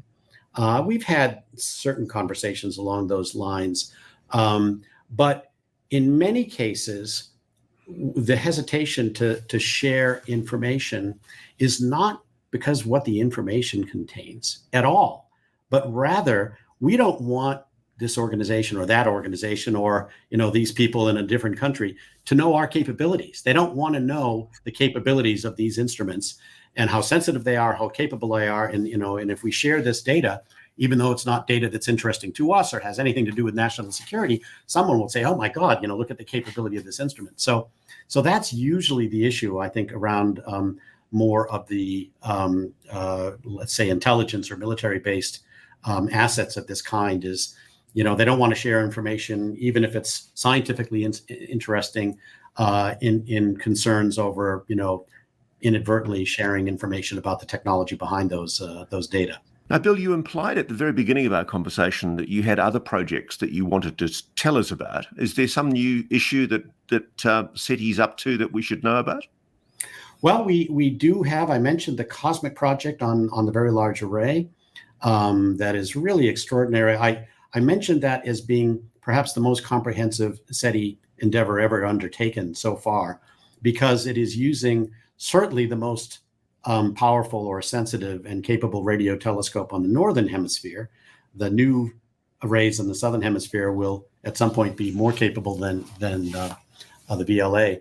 But NRAO hopes to build the next generation VLA, so we'll come back to that in the future. But it's also using an extraordinarily sensitive instrument with a wider frequency range than anything else we've ever deployed for SETI purposes, and it's 24 hours a day, 7 days a week, and it's generating. We're able to process massive amounts of data because of modern compute technologies and so on. So where's the receiver for this, Bill? This is the Very Large Array. So this is the big telescopes in New Mexico, and the data processing for it is on site. So essentially, we went in with NRAO and we built new back ends to those telescopes. Each telescope now has 2 optical fibers coming off the back of this 27 dish array. One set of fibers goes to the computers of NRAO, and the other set comes to our computers. They're capturing the information about a phenomena that they're looking at, usually some point in the sky. We're capturing the entire field of view. So imagine looking through binoculars at a hummingbird, but processing all the information around that hummingbird in high resolution and all the time. And that's what we're doing. So it's generating, as I mentioned, the like 3 terabytes of data per second, and so it's a huge new SETI project, and we hope to replicate that kind of commensal observation on these new radio telescopes in the Southern Hemisphere and elsewhere. We're also involved in conversations about putting a radio telescope on the far side of the moon. And the reason for that is because that would be a radio quiet area. As I mentioned earlier, the biggest problem we have as radio astronomers looking for faint radio signals from beyond our solar system is all the radio signals not within our own Earth's orbit and atmosphere and immediate surroundings. I mean, we're surrounded by microwave ovens, garage door openers, cell phones, cell towers, radio, TV, etc. So it's an extraordinarily noisy environment. And so you put radio telescopes in remote locations for the same reason you put optical telescopes on high mountains, to get rid of the things that make observations difficult. In our case, it's radio interference. For optical instruments, it's light and atmospheric density. So that's an interesting project is these commensal observations. But the interesting project of putting a telescope on the backside of the moon gets around this problem of radio interference. And so that's a very serious discussion we're now having. How much would it cost? Launch capability now is much more affordable than it used to be. Building, designing, and deploying a dish that you could put on the far side and have it self-deploy and open up. And, all of these kinds of technologies are within our grasp. It becomes a budgetary issue. So that's very exciting. And then we have an optical SETI program called Laser SETI, where we have built these special cameras with 2 lenses for each camera system and putting multiple camera systems on sites around the world to do what we call all sky, all the time observations, looking for laser pulses or optical phenomena that are engineered versus natural. And that's again a very comprehensive project, given that it's global. All sky, all the time is the ultimate objective there. We have 3 observatories. We'll cover most of the sky once we have 6, but the ultimate idea is to have as many as 12 different places around the world deploying that technology, which could be very interesting. Wrapping up, Bill, you've been in the job now for a year or two. Is there Is there going to come a day soon, you think, when you're going to be able to put out a press release and say, we think we've found it? Give me some hope, sir. Yes. Well, so 2 parallel efforts are ongoing. One, of course, is looking for even the most basic signs of life within our own solar system. We are part of those endeavors. And I think, quite honestly, that within the next 10 or 15 years, we may actually be in a position where we're saying, yes, there's other life, even in our own solar system. We can't have a conversation with it. It's not advanced life necessarily. Could be intelligent life, maybe under the frozen surface of Enceladus or Europa. But I do think that, finding evidence of life, even within our own solar system, is within our grasp in a fairly short period of time. And it will be extraordinarily profound as well, because especially if that life has a unique biogenesis. In other words, if it has nothing to do, it emerged on its own, and with nothing to do with the emergence of life on Earth. The implications of that would be, okay, it's like game over. Life is going to be found everywhere. I have a quote, which someday I hope to be attributed to me, which is, the most remarkable thing we may discover about life is that it's not remarkable at all. Not that it isn't interesting, but it isn't, that it's everywhere, and it happens at every possible opportunity. So that, I think, is imminent. In terms of the discovery of intelligent technological life, this is a tough one, because we could make an announcement next week. We could make an announcement next year. It could be 10 years. It could be 20. But I do think, because we are deploying more advanced technologies and more sensitive technologies, we're able to do things faster and more cleverly than ever before. Yes, it could be soon. One maybe quick word about artificial intelligence and how that's allowing us to change the way we look for SETI signals. So if we're looking for a narrowband radio frequency signal, which has been the traditional thing we've been looking for in SETI, then we are looking for a very specific phenomena, and we're ignoring anything else, right? And therefore we're confining our search to something, very specific. And ET could be doing something completely different. Now, here's another approach. Take those same radio telescopes and train an AI to understand the radio background environment in its entirety all the time, and find anything different, anything unusual or anomalous. That's a much more comprehensive technique, because it might find something weird that's wideband and not narrowband, or, So who knows? we're not doing that at the moment. We are now starting to use AI tools to do SETI observations exactly in that manner. In other words, don't look for a particular phenomena, rather computationally and mathematically and from an AI perspective, understand, the background reality, and then tell me anything you see that's different. And that's a very, very powerful new capability. So, Bill Diamond, you've just given me a glorious reason for optimism that someday soon you're going to step up to a lectern, and even though those dastardly Drumfields or whoever they are in the White House are trying to stop you, you strike me as a decent bloke. You're going to reveal all and tell us the truth about the ETs out there. And there's reason for optimism, because with modern AI, we're going to find things we previously didn't even think possible. Absolutely. So, sir, thank you so much. Thank you for sharing this time with us. And I wish you the very, very best with SETI in the future. Thank you very much, Ross. It's been a great pleasure.